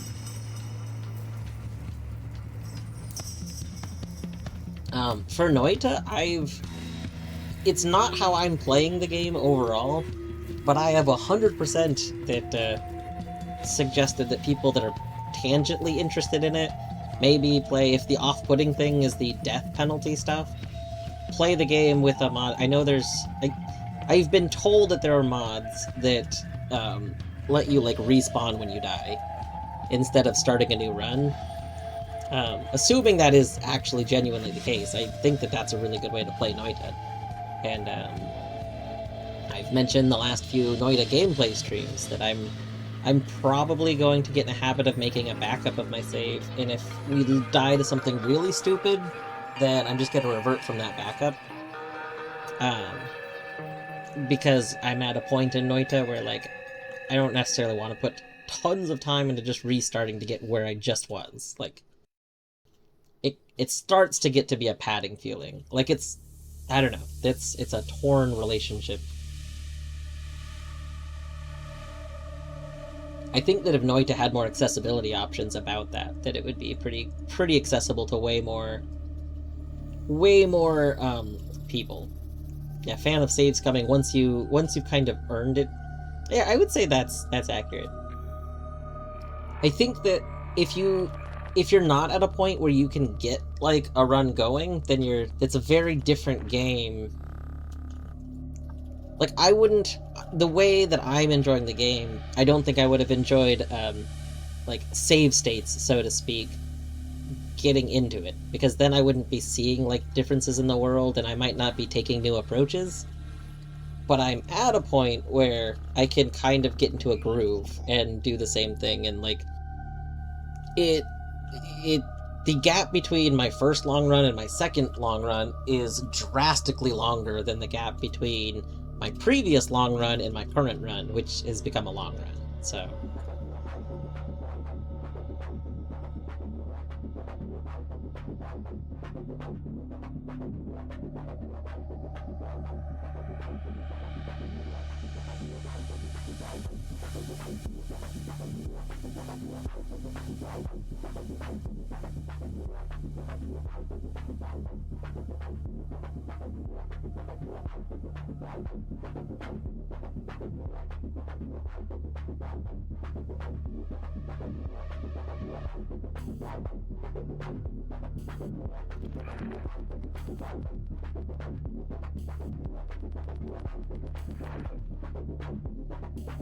this must be a comma, right? Interesting.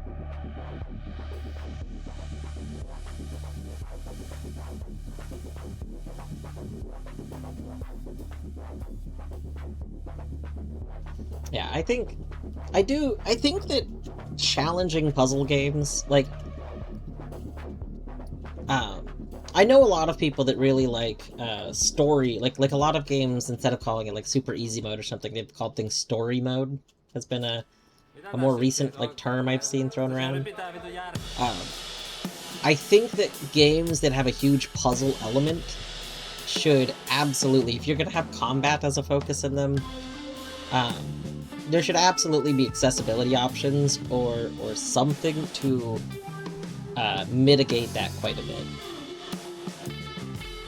Because I think there's a lot of people that love puzzle stuff and don't love the combat, or they want the combat to be at a certain level, and it's really easy to go over that level, and then the game becomes not interesting to people that would otherwise like it. But, I mean, when you go back to the original question of the two different types of puzzle games themselves, I just think both things together I like.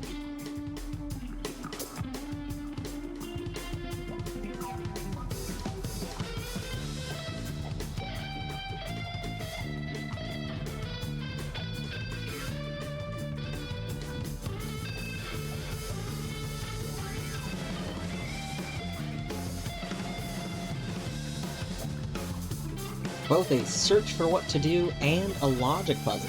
But you can't get into it. Oh my gosh.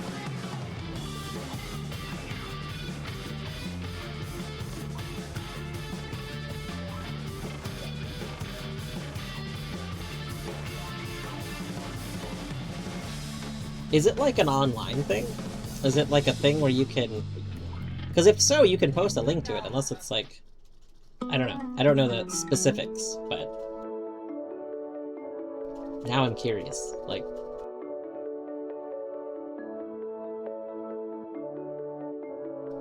I'm wondering, like, where...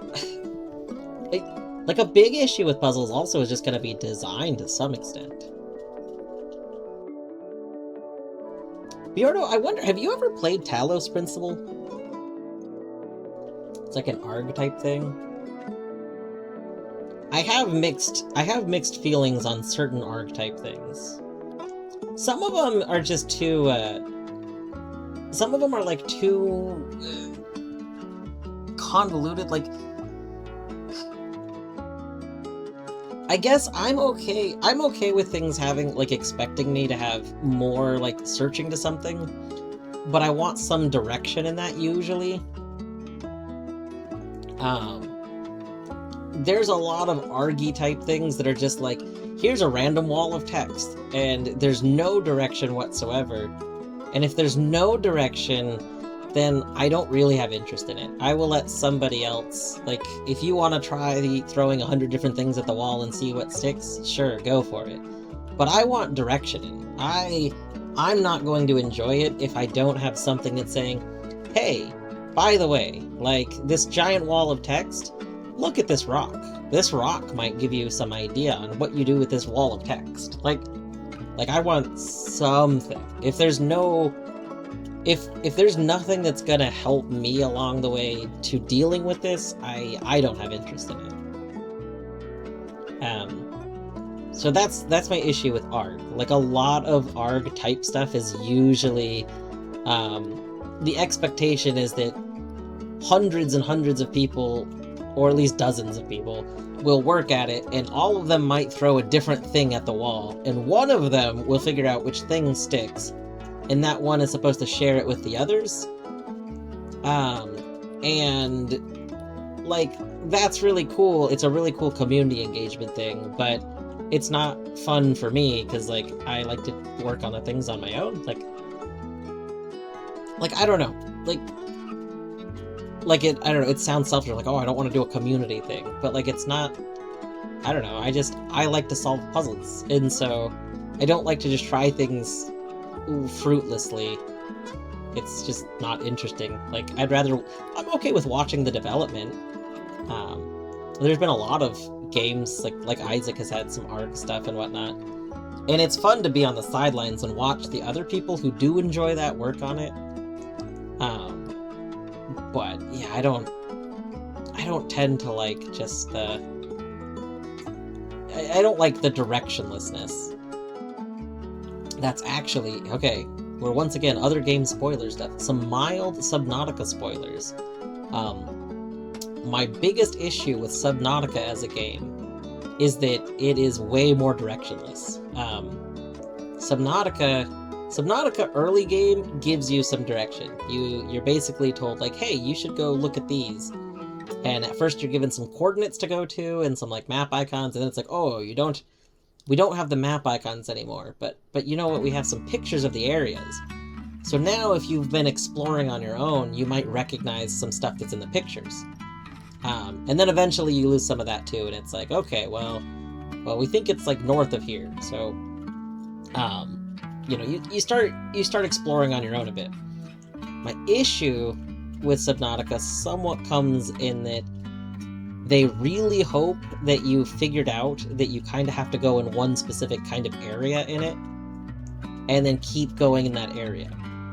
If it does not occur to you to keep going in that area, you can get really lost in that game and you lose the direction. Like, they push you towards an area, but they don't.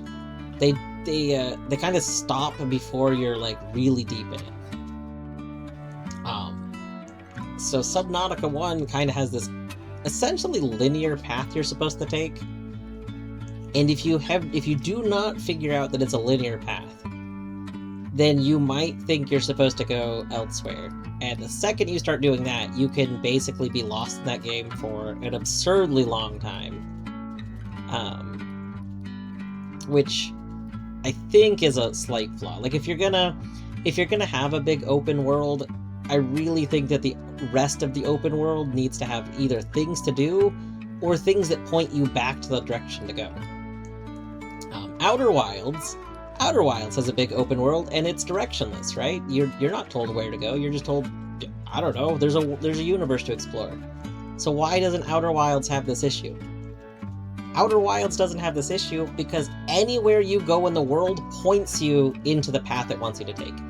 But it doesn't do it, like, super hand-holdingly. Like, let's say in Outer Wilds, you start in one spot, and then you can go in like one of 10 spots. I mean, you can go in infinite spots, but you go in one of 10 spots. Out of those 10 spots, half of them will point you to one area, and the other half might point you to another area. And so you'll be like, ooh, I should go explore that area. And that area might have been one of the other spots, or it might not have been, but now you're gonna, you start to follow these threads, and these threads all connect up. So there's only a handful of important places to go, but all of the unimportant places lead you to the important ones. Oh. And I guess, like, that's what makes Outer Wilds amazing. Like, that's... you never feel truly lost in Outer Wilds, I feel like, because you're constantly being very gently nudged in other directions. And so there's just always a thing.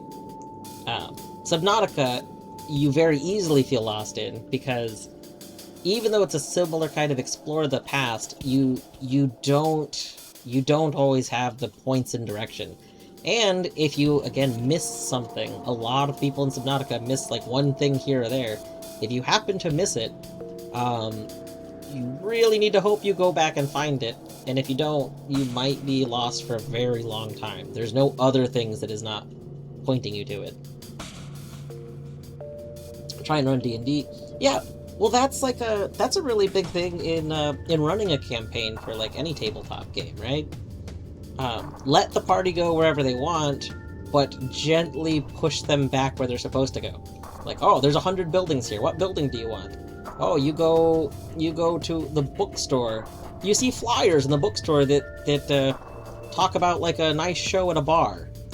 Like maybe there's someone at this bar that you really need the party to talk to, but they're not going to the bar. So you just kind of, like, lay kind of hints around it until people are like, where they meet this person. see, that is the other thing. As a, like, you can rework it. But, like, maybe they go to an inn at the end of the day, and they never went to the bar you were really hoping they went to. But now there's a person in front of them that happens to be maybe the person from the bar you were hoping they would meet. Like, you get some more freedom when it's not a pre-made game, because you get some control.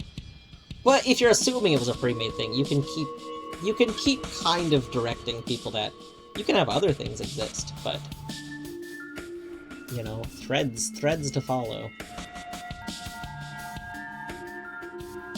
I know that got kind of off tangent on, like, the original stuff, but I think that's just, I guess that's the answer to the very original question on the types of puzzles, is that if you're gonna be searching for things in a puzzle, I want direction on what I'm searching for. Or if there's not direction, then in all other directions I can go, I want there to be something of interest to find.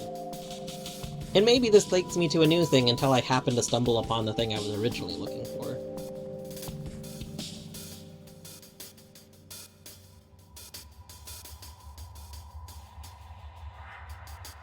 Alright.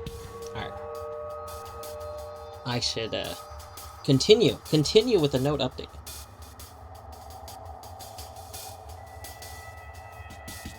Where did I leave off?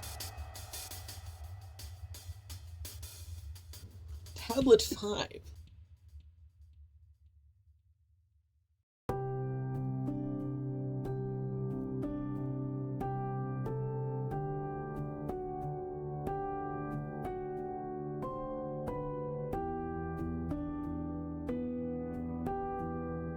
Oh, it was Tablet 5. Tablet 5 is the shitpost. Bless you, Oliver. Zacharias got some mad sneezing going on.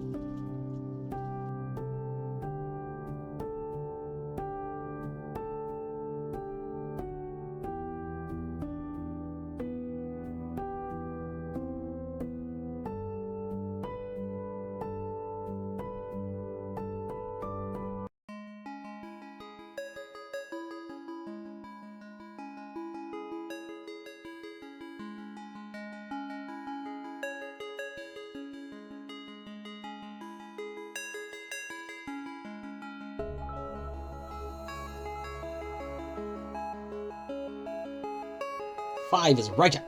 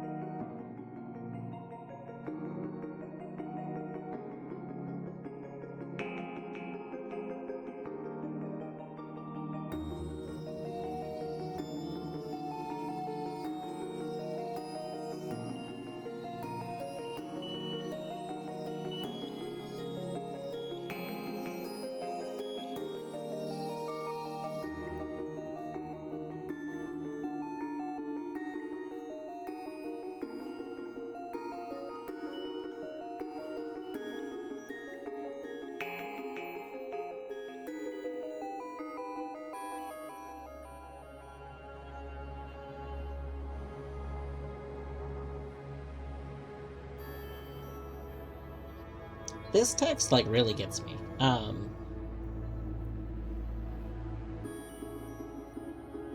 Like, the West and the East in the game are, like, they're like parallel worlds. Like, and from what I can tell, it does not matter how far you go. It seems like they're just endlessly parallel worlds. So I don't know what it means by what they're created out of.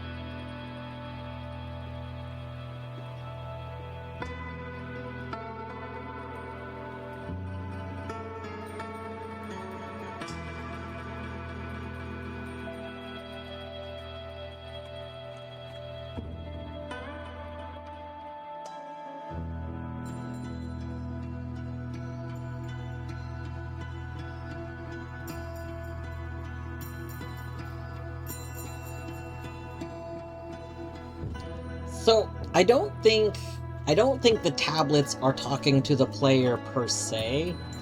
The tablets, for the most part, it's almost like I see the regular Emerald tablets as kind of like talking to future generations.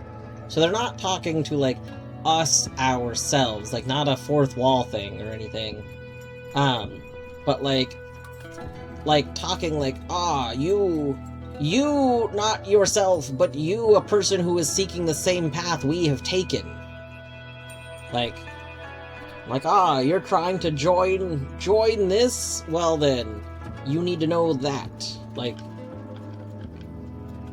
that seems to be what they're kind of about. So, like, this one is kind of like rambly about stuff, but I don't know. That's how I've interpreted them.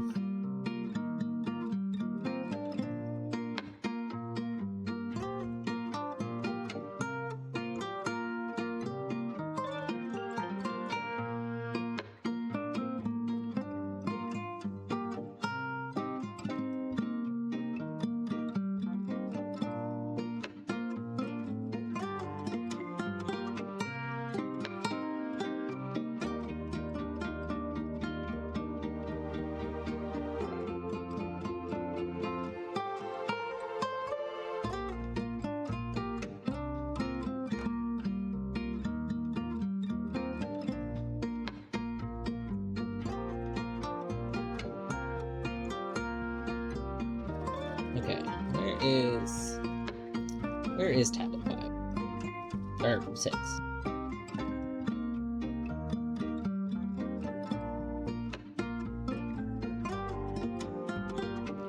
Ah.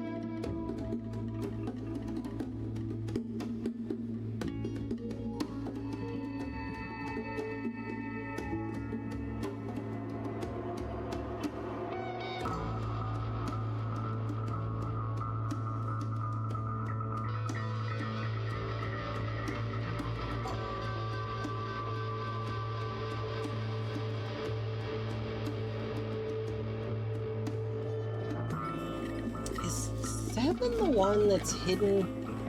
7 the one that's guarded by the evil boss?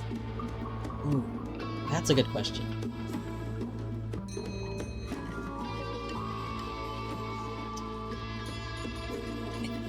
I think 7 is the one that I dare not ever go back to because it's so terrifying.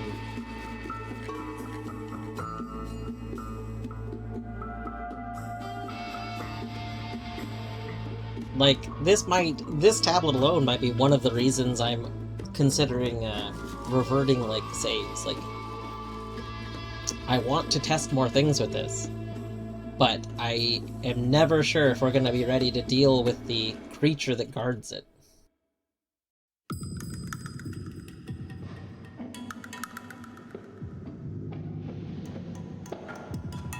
Okay, I need to take a short break. How bad is it? Well, it's very bad. So, let me before I take my break, we'll go back over here.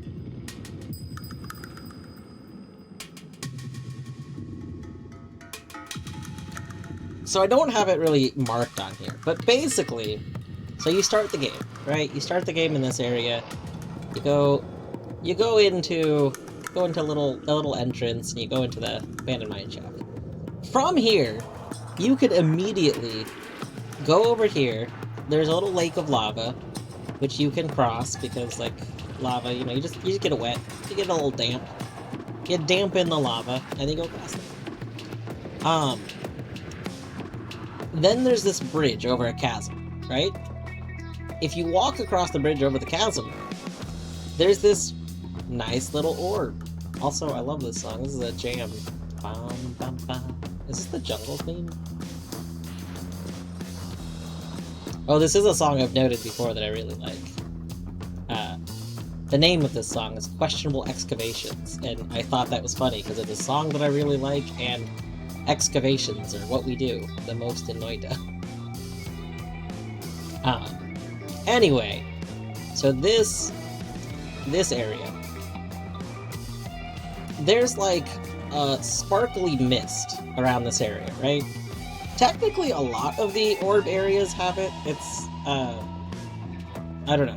We should bring eyeballing. I wonder if we can see something with eyeballing.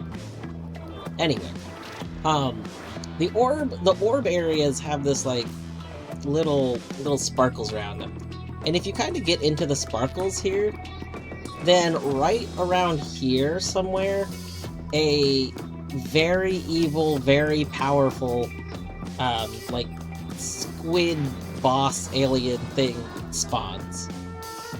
It's essentially kind of like the like boss.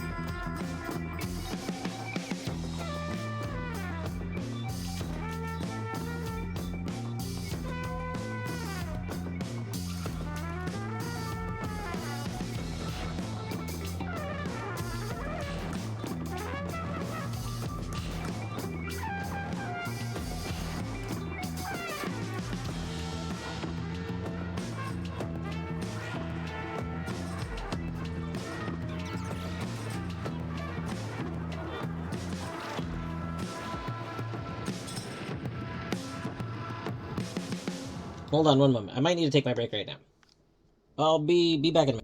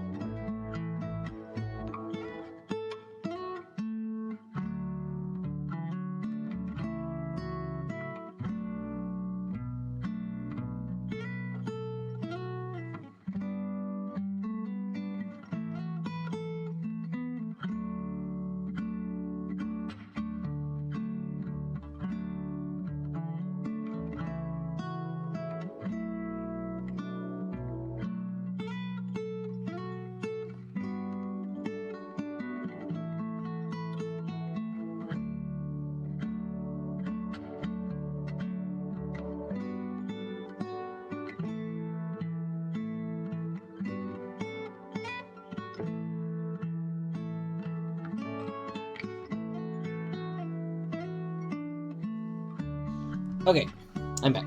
Sorry about that. Sudden phone call, so needed to do phone call, and I was gonna take a break anyway, so I was like, well, I'll just combine the two.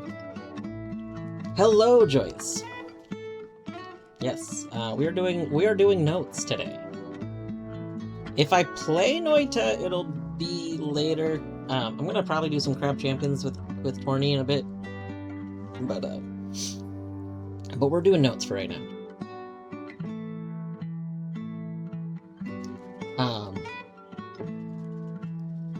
But yeah, Bjorn, I was telling you that. So basically, at like the end of the like standard run, there's this boss that's like guarding a thing, right?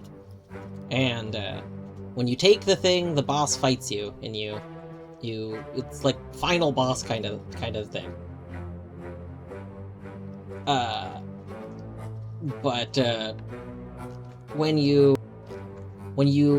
go here, I don't know if it's the same boss, but a similar kind of boss appears from like right over here and just tries to murderize you. So I somehow have to deal with that. I think we could run away from it. So we might try and dip in here, steal this, and run away. That's a possibility. Not entirely sure. Ideally we kill it, but I'm very scared of it. It hits very hard. And like, I don't know if there's certain damages it wants or whatever.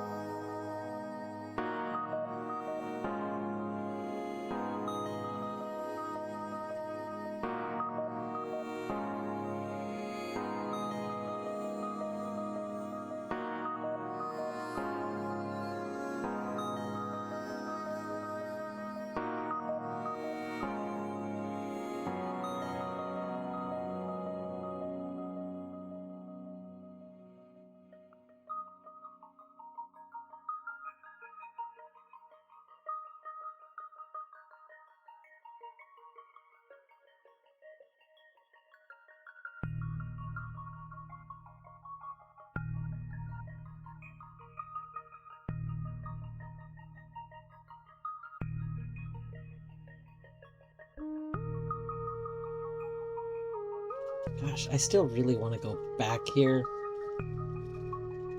But like, this is one of the things that like I kind of only want to do if I'm gonna do like a backup save thing. I want to go back here, but I'm terrified that there is not a way to leave here. And if that is the case, like, I don't want to be stuck here, you know? Like, I don't want to throw a run away because I can't leave here.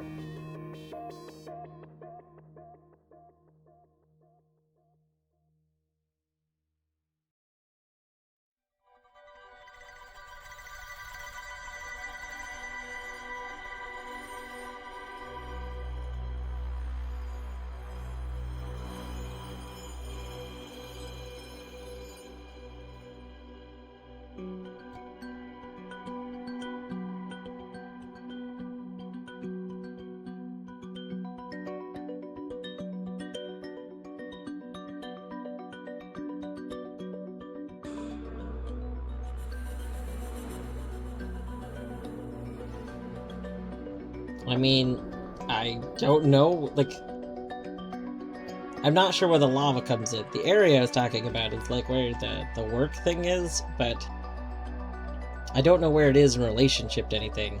So I've yet to go back a second time, so I don't know what's there.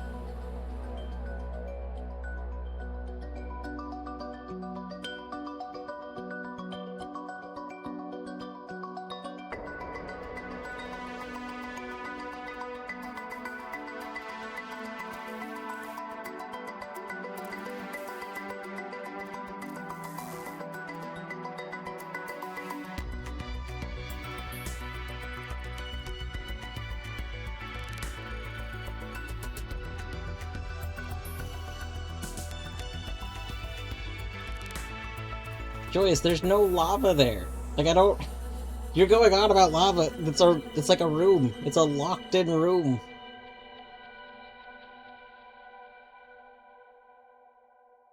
I don't know if you're talking about the same area I'm talking about.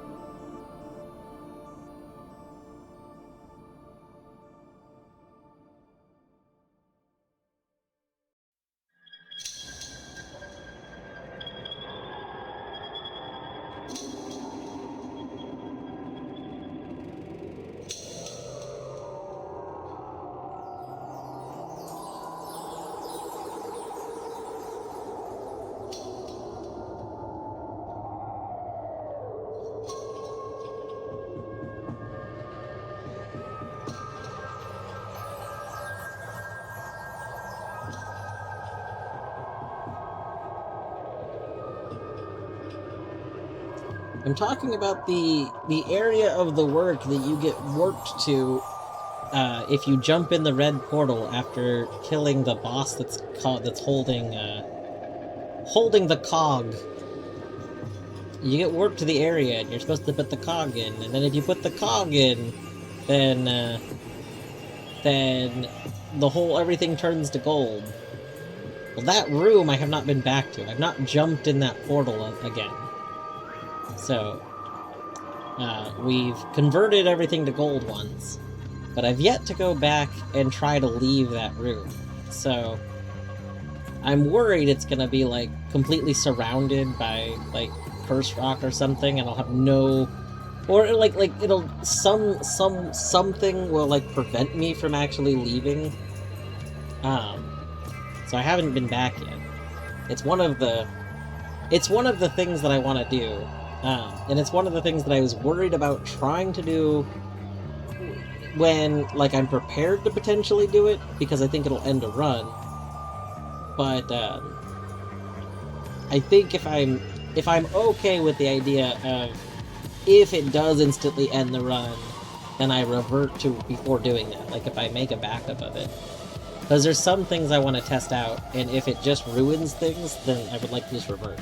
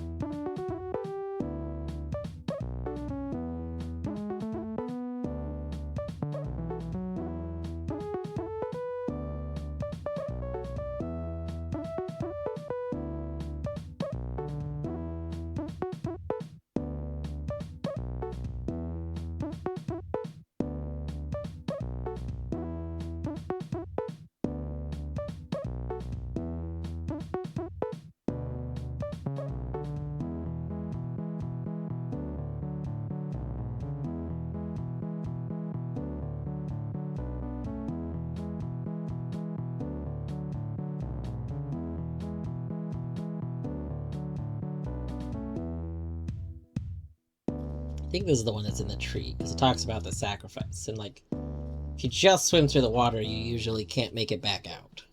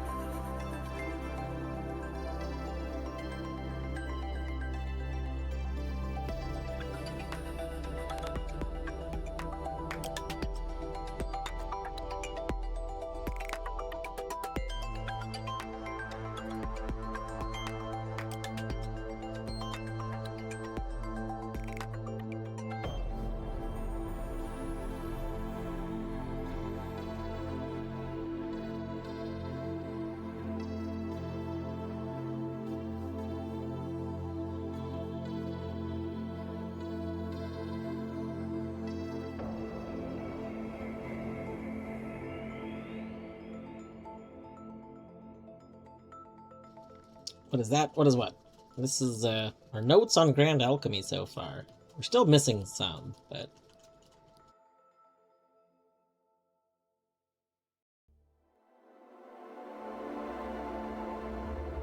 we gotta go, like, redo some of it, I think.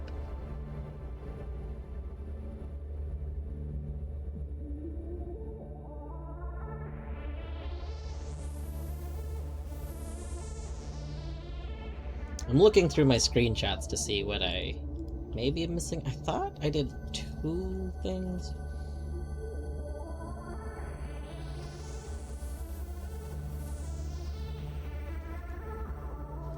I did this.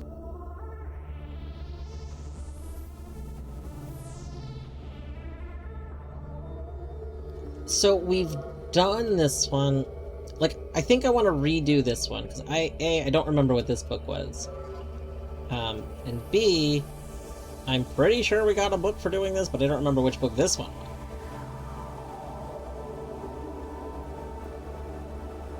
We got a book for this, but I don't know which one this one was. This I don't think gave a book. This I'm pretty sure was just the map. And it's the one that told us there was 5 total points.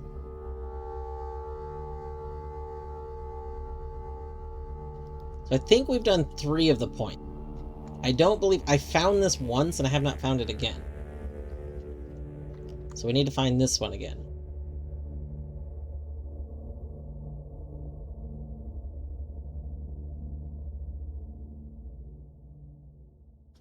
And then we're missing one more somewhere.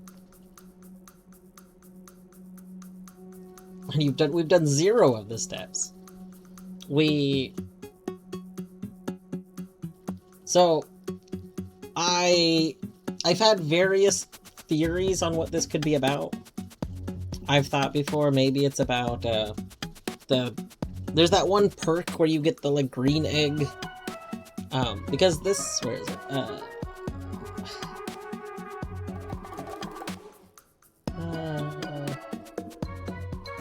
Is it this part? Yeah. Like, once I have all of these, I think I'll be able to arrange them in the correct order, most likely. But until then, I don't really care the order. But yeah, you bring the seed to life by letting it soak in the rays of the sun on the pinnacles of past civilizations.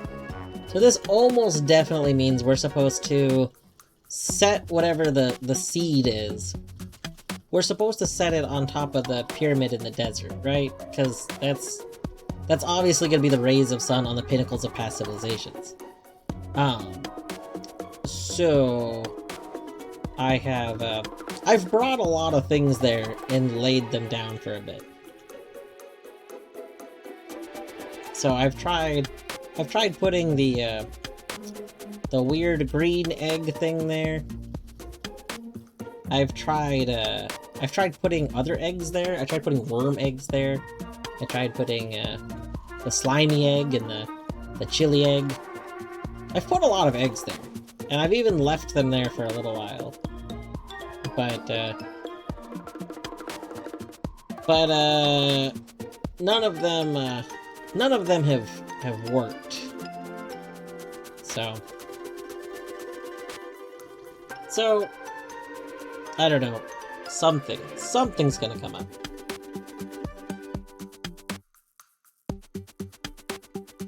But I need to find the 2 missing spots that I haven't done. I need to do still, and the very first spot I want to redo because I'm kind of worried I didn't take screenshots of it. I didn't find any screenshots of it when I was looking at one point.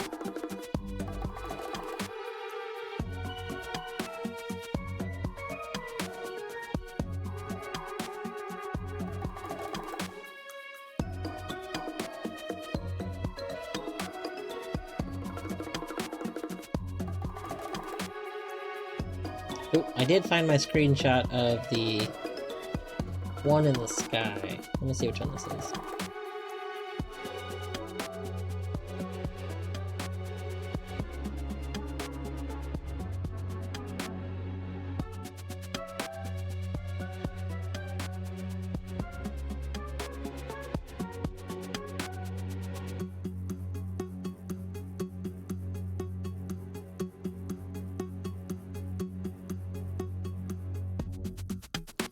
Okay, the one that talks about the rays of the sun, that's the one in the sky.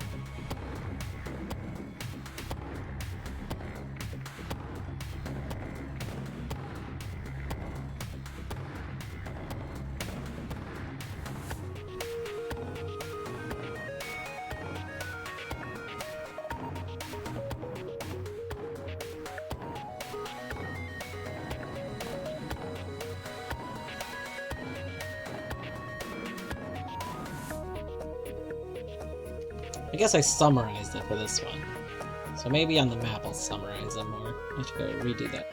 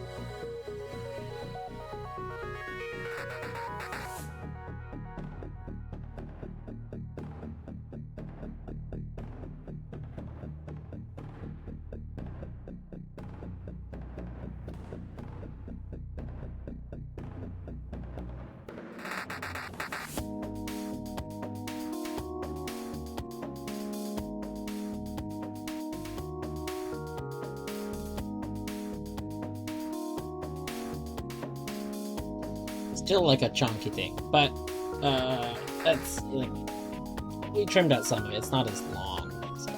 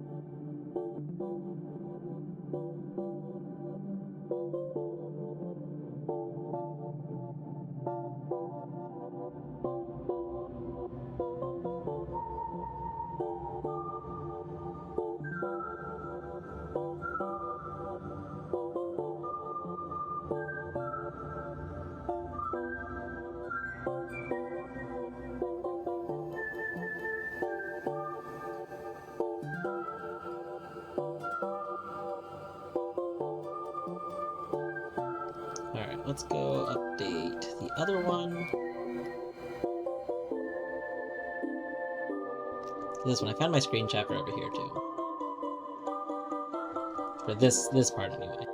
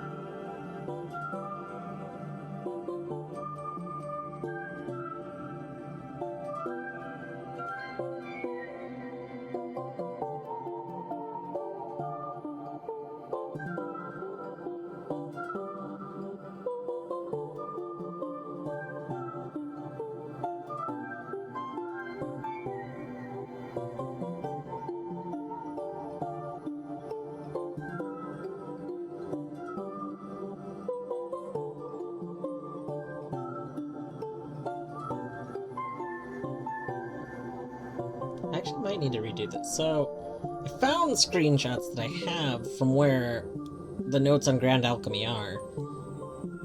But...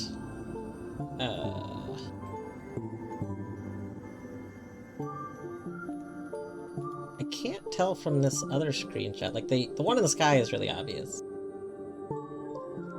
But the other one might actually be from the area on, like, the far right. I didn't think I'd done that one, but maybe I have? Because the screenshot from right before the other one is me, like, first going in that area, I think.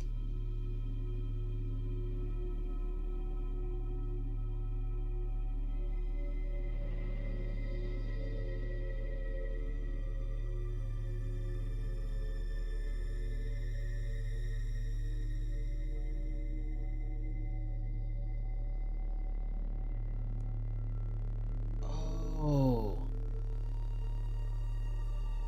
One of them might be in the tower, too. Okay, hold on. I gotta share this picture. 1 second. I knew this was notable when I saw it, and it just clicked with me what I might be looking.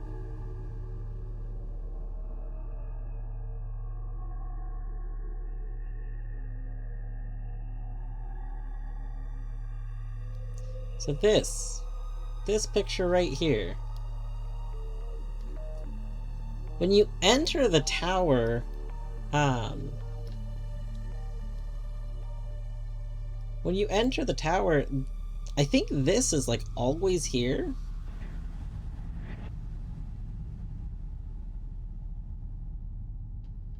And I think this is supposed to be one of those areas. Oh, that would line up with the map too, because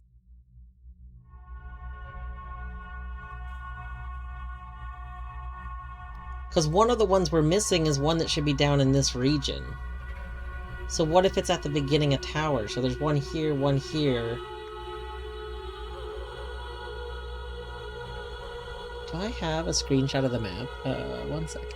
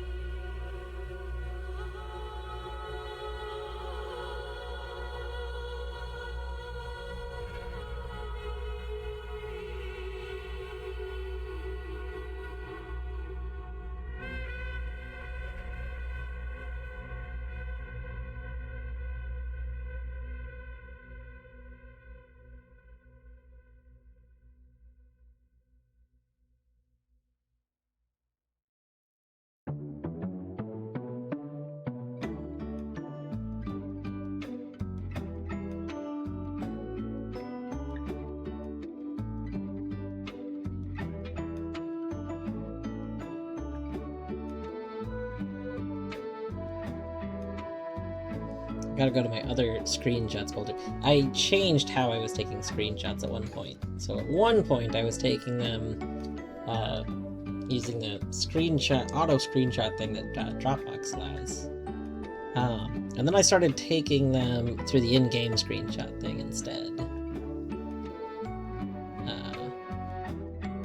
I think the screenshot I want to look at is in the other way. One moment.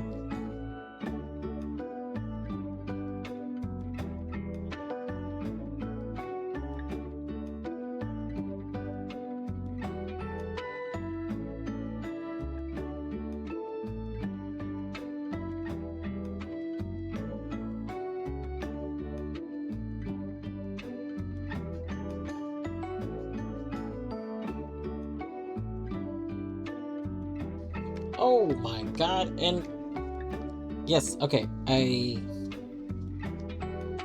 found a few other things of importance. Oh my goodness. How did I not move these screenshots over? Amazing.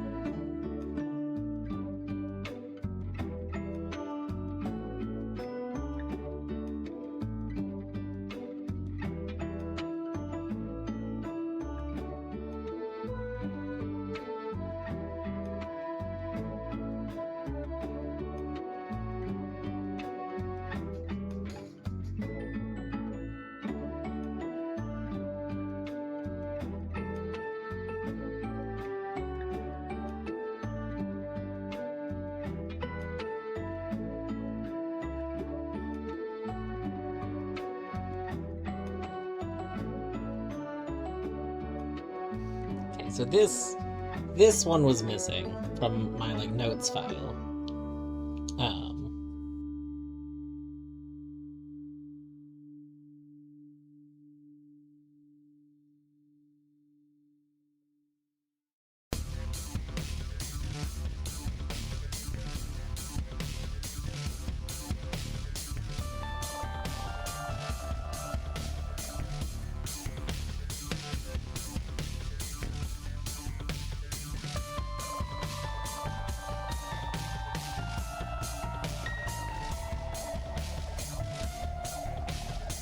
This, I believe, is the first. This is the like the first one that you find.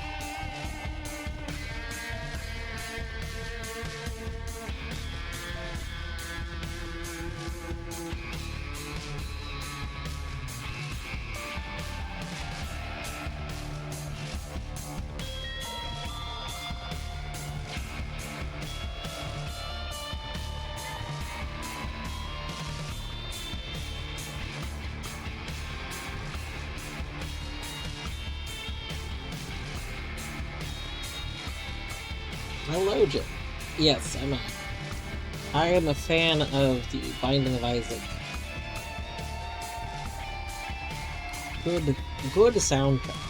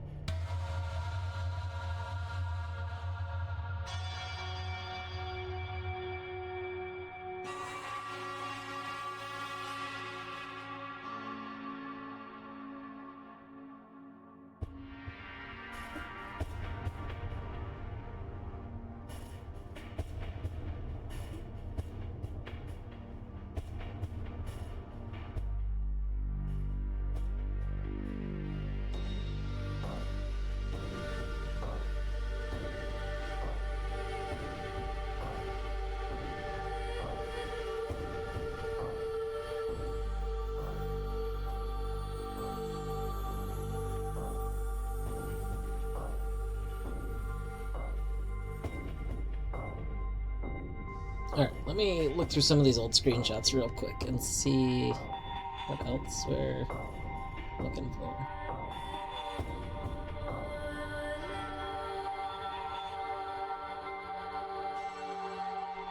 Oh, right, well, that was one of the things we kind of confirmed. So if this one is here, then that does mean I must have done the one to the right.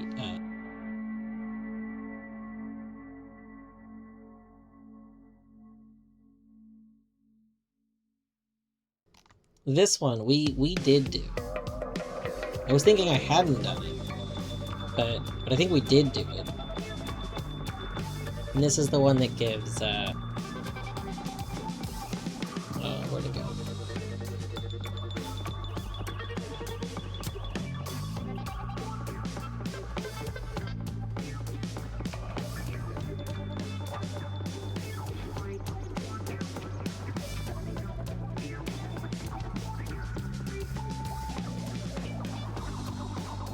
This is the one that gives the entry about, fire and heat.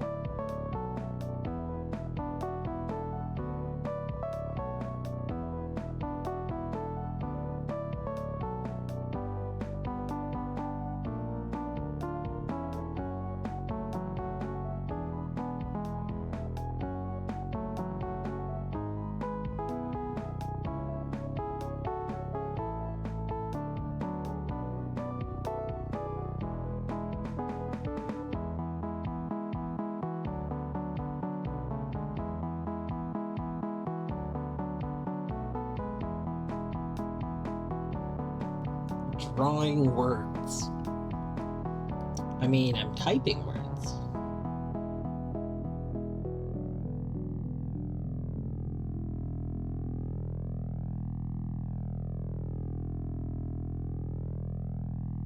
Clearly drawing, true.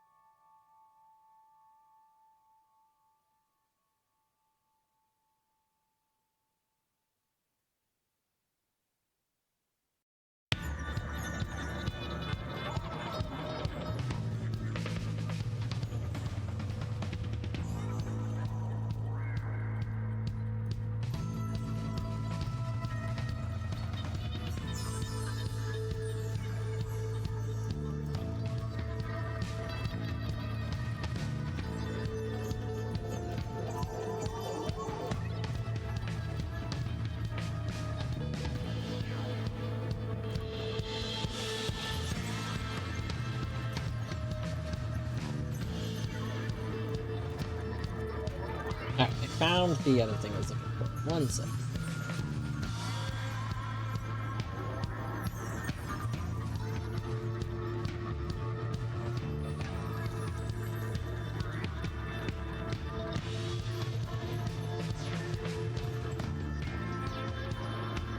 So this is like a map that we got. That I unfortunately, like, destroyed part of. There's a little middle bit, which I think is just supposed to signify where we are, but that bit is missing.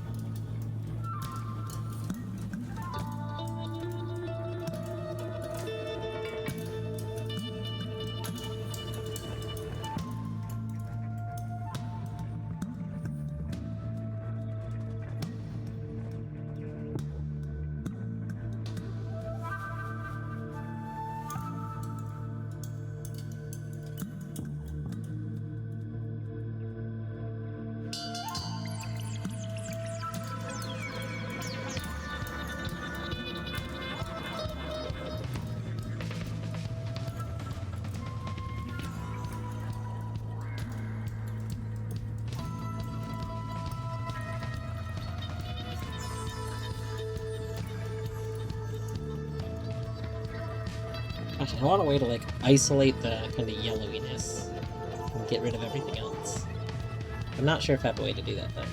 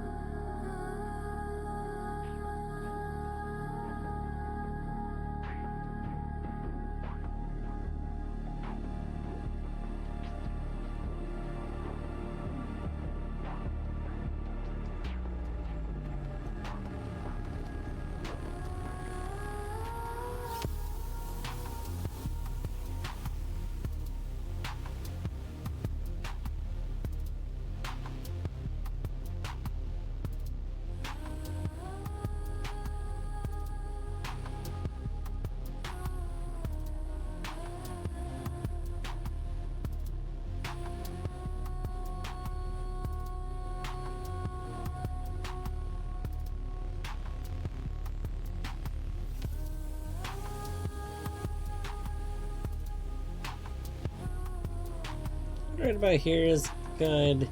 I lose a little bit of the cloud detail up here, but that's fine.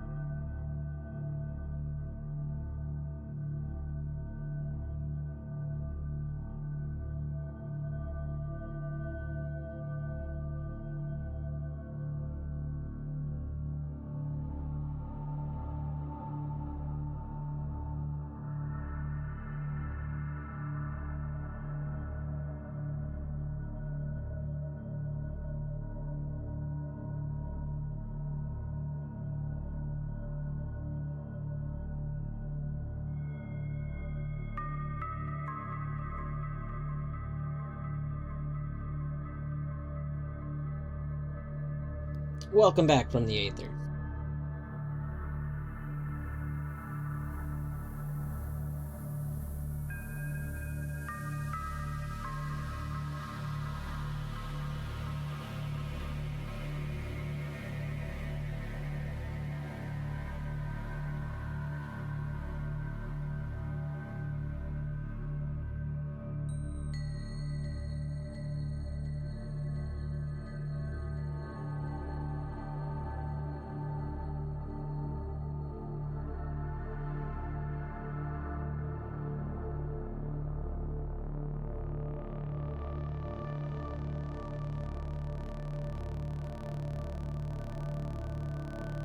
You appear to be erasing. Yes, we're trimming this. So this is like a little map that we summoned at one point.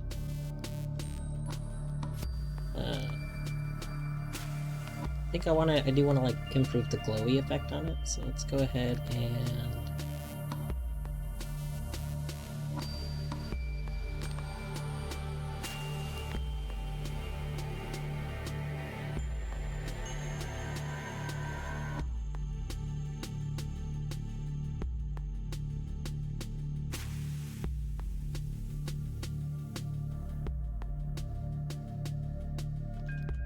it's a nice little glow effect.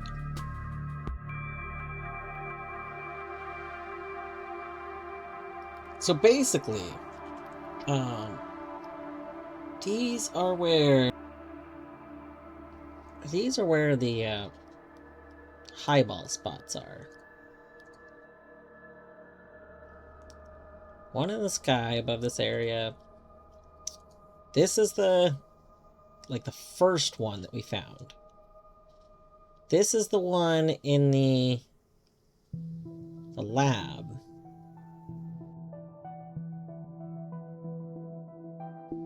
So there's only one more to find, and I think I know where this is. So, what brought us to this is I forgot that I took this screenshot to an area I haven't been to back to in a while.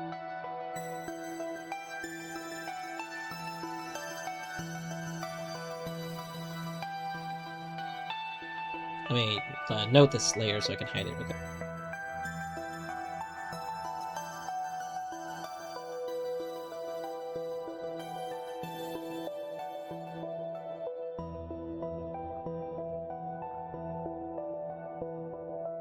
So in the tower, near the entrance of the tower, I have seen this spot, and I thought it was interesting. I was like, this kind of looks like one of the eyeball spots, except like it's missing most of it. But you know, it's got this bit. And I just now looking at it, I just realized that I think this is the fifth, the missing spot that I haven't been to. I forgot it was here, and I don't go to the tower often because it's scary. So I think we need to go to the tower. And, I think we gotta do some shrooms here.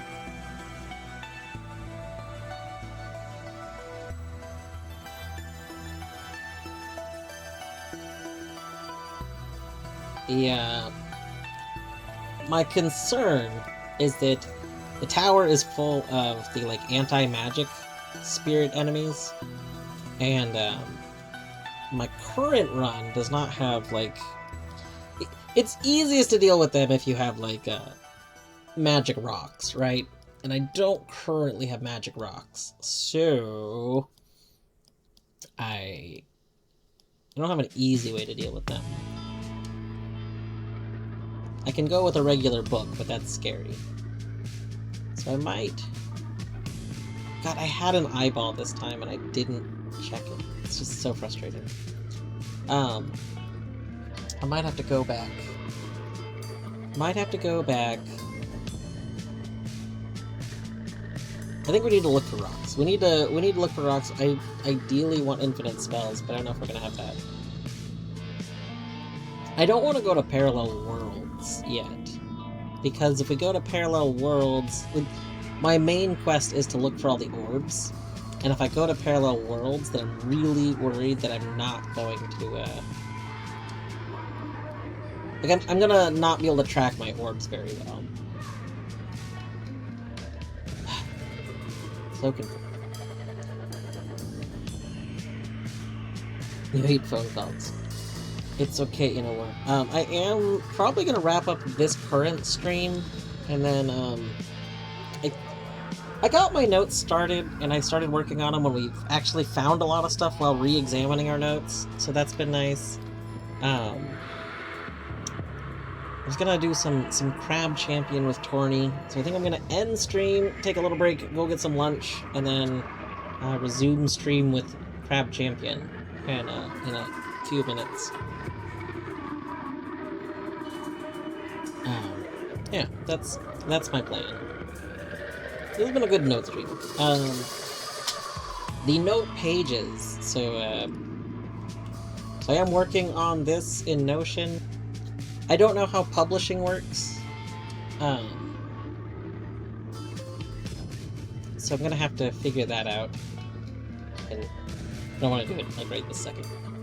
But yeah, I'll figure out how that works, and then I'll be adjusting commands and stuff shortly, so that soon all of my notes that I've found and whatnot will be online and in a format where people can, like, view them.